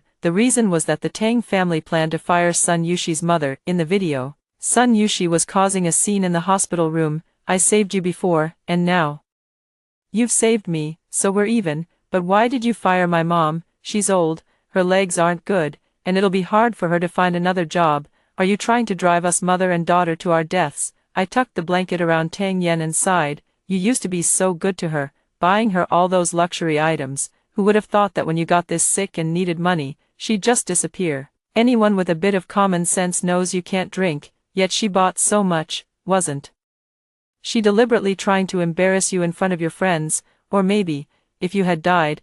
My words made Tang Yen clench his fists tightly. Seeing that my goal was achieved, I excused myself by saying I had company matters to attend to and left. Of course, it wasn't enough to just stir up a little trouble on Tang Yan's side. I wrote an anonymous letter of complaint, reporting that Tang Yan's family supermarket was selling expired food and had fire safety hazards. Soon, the food safety department and the fire department penalized the supermarket and ordered it to suspend operations for rectification. Just as they were handling the situation and preparing to reopen, I reported the supermarket for tax evasion. I had intended to just annoy the Tang family, but I didn't expect they were also taking kickbacks and issuing false invoices, with multiple charges combined. Mr. Tang, as the legal representative, was sentenced to 5 years in prison, and the supermarket's license was revoked. After a series of fines, Tang Yen was moved from the VIP ward to a regular ward. He started calling me frequently, hoping I would cover his medical expenses. I grew tired of making excuses, so when he called again,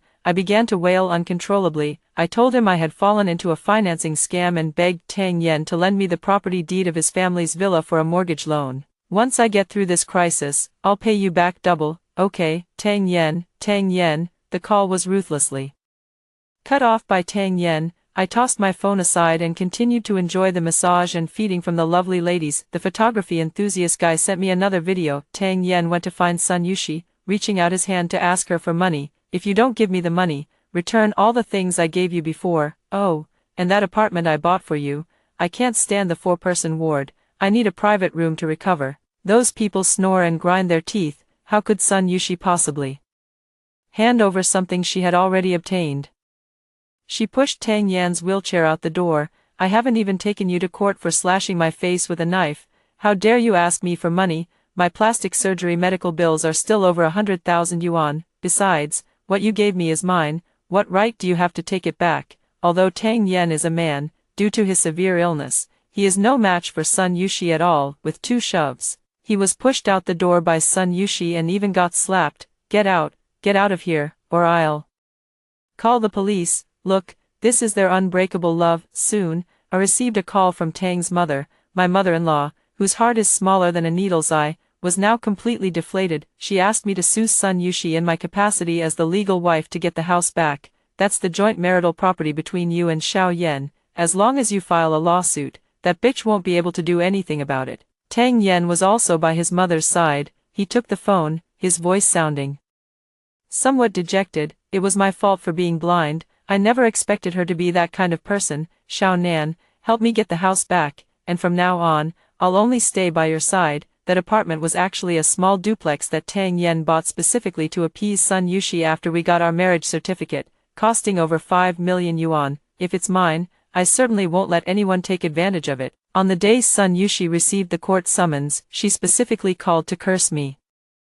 I think there's a reason she didn't do well in her studies, so I quickly gave her a crash course on legal knowledge and kindly suggested she find a lawyer for advice. After work, I saw Sun Yushi blocking the entrance of the company, and she had brought her mother along. As soon as her mother saw me, she immediately knelt down, her wailing cries drawing a crowd of onlookers. "Please, Miss Zhou, have mercy on us, mother and daughter. My daughter didn't interfere in your marriage with Mr. Tang. Don't push us to our deaths, I beg you." Many people raised their phones. Sun Yushi made up her mind to use public opinion to cyberbully me. She and her mother kept kowtowing to me until they were taken away by the police, all the while recounting their tragic life story and the bullying I had inflicted on her. Public opinion indeed escalated as she had hoped, but when the angry netizens rushed to my Weibo, they discovered the videos I had posted before. On my wedding day, my groom jumped into the sea to save her, while I knelt outside the medical room, praying. There was also a video of Tang Yen lying in the hospital bed,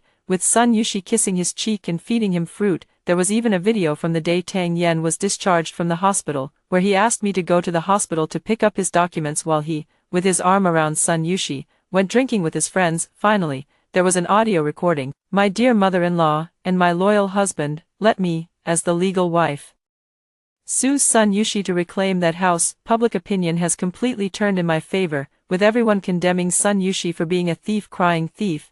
It's absolutely disgusting. How dare she go to that young lady's company and cause a scene? If it were me, I wouldn't even step out of the house without wrapping myself in a pound of cling film. So the groom and that woman were having an affair from the very beginning. In that case, Was the drowning incident even real? Are you getting a divorce or not, miss? If you don't answer me, I'll drive a bulldozer and scoop you away.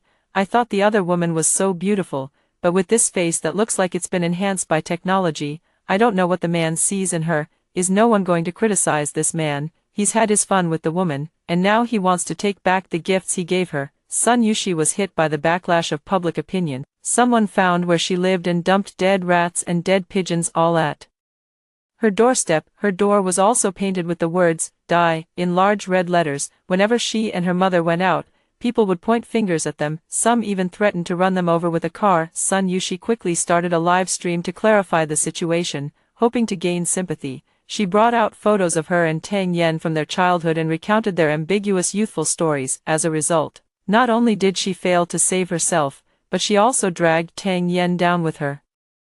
So it turns out this guy is the real culprit, wanting everything and yet nothing. What a piece of trash. Tang Yen couldn't stay in the hospital any longer, as netizens frequently barged in to take photos of him and ask about his current feelings. Even though the inpatient department was under lockdown, some bold individuals still dared to climb the walls. The other patients in the same ward couldn't stand it anymore and began to blame Tang Yen. Tang Yen was persuaded to leave and had no choice but to be discharged and return home. After several rounds of turmoil, his health deteriorated even further. He called to ask me to drop the lawsuit, saying, "I never expected Sun Yushi to make such a fuss. She used to be so gentle and lovely. She wasn't like this before." Zhou Xiaonan, what exactly did you do to push Yushi to this point? His mind seemed to be in a state of confusion. One moment he was talking about things from a past life, the next he was describing the misery of this one. I didn't hang up the phone, just set it aside and went about my own business. An hour later, when I picked up the phone again,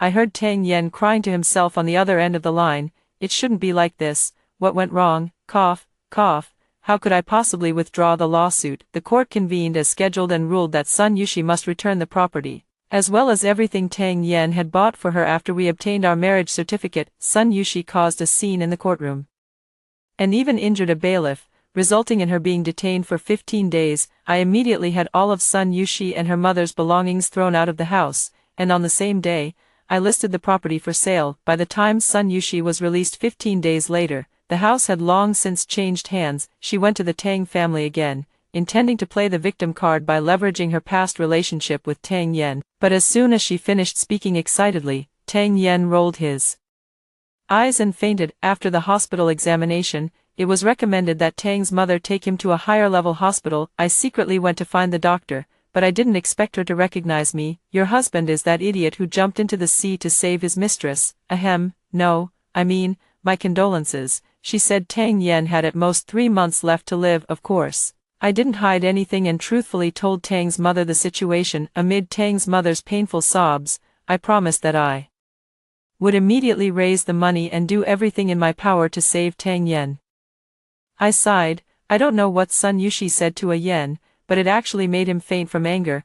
Tang's mother wiped away her tears, her face dark and terrifying, and she said nothing more. The next morning, I received a call from the police. I hurried to the police station and learned that last night, Tang's mother had taken a knife to Sun Yushi, chopped off both her feet, and even Sun Yushi's mother had one of her arms cut off. I went to visit my mother-in-law, who was acting a bit crazy, constantly muttering, "You shameless bitch, fooling around with my husband, and even encouraging your own daughter to seduce my son, you old hag, your daughter is a little slut." After an evaluation, it was confirmed that my mother-in-law had indeed gone insane. I paid to have her admitted to a psychiatric hospital, then hired a lawyer to inform my father-in-law in prison. We're all family. How could I keep it from him? The prison authorities said that my father-in-law had been provoked and got into a fight with his cellmate. Due to the severity of his actions, his sentence is likely to be extended. After handling other matters, I finally arrived at Tang Yan's hospital room. Tang Yan's eyes were completely clouded over. He stared at me for a long time before it seemed he finally recognized who I was. He smiled, but tears welled up in his eyes. "Xiaonan, please forgive me. I know I was wrong. I was blinded. Sun Yushi actually said that I was about to die and asked me to leave all my inheritance to her. I'm such a scoundrel. I actually abandoned you for her. You trusted me so much, cared for me with all your heart. How could I? Cough, cough." I smiled, leaned close to his ear, and whispered softly, "Tang Yen, do you believe in reincarnation?" Guess why you've had such a miserable life this time around." He was confused for a moment, then his eyes widened rapidly, looking at me in disbelief. "You said you didn't have a rebirth. You lied to me." I laughed heartily, recounting the fates of his parents and son Yushi one by one for him to hear. "If it weren't for your mother going crazy, I wouldn't have known that son Yushi's mother was your father's mistress. To actually let the mistress live in your own home for 20 years, what a capacity for tolerance. I truly feel inferior. I just wonder if son Yushi is related to you by blood." Tang Yen weakly raised his hand, trying to grab me, but I dodged. "Why, I already know I was wrong. Why can't you forgive me? Why did you make me like this? Don't you love me?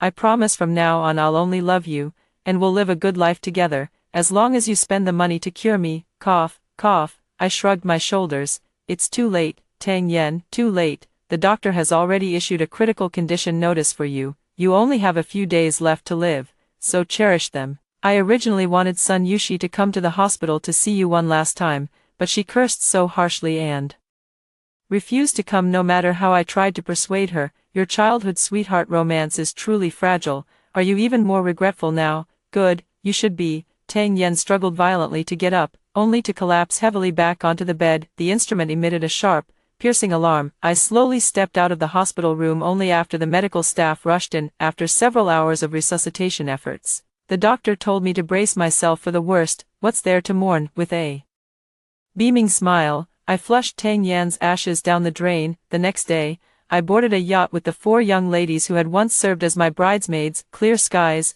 blazing sun, an endless sea. A brand new life had just begun. After hearing the 2 stories above, what are your thoughts? Feel free to share your opinions in the comments section. Looking forward to hearing from you. If you liked this story, don't forget to like it, share it, and subscribe to my channel. See you next time.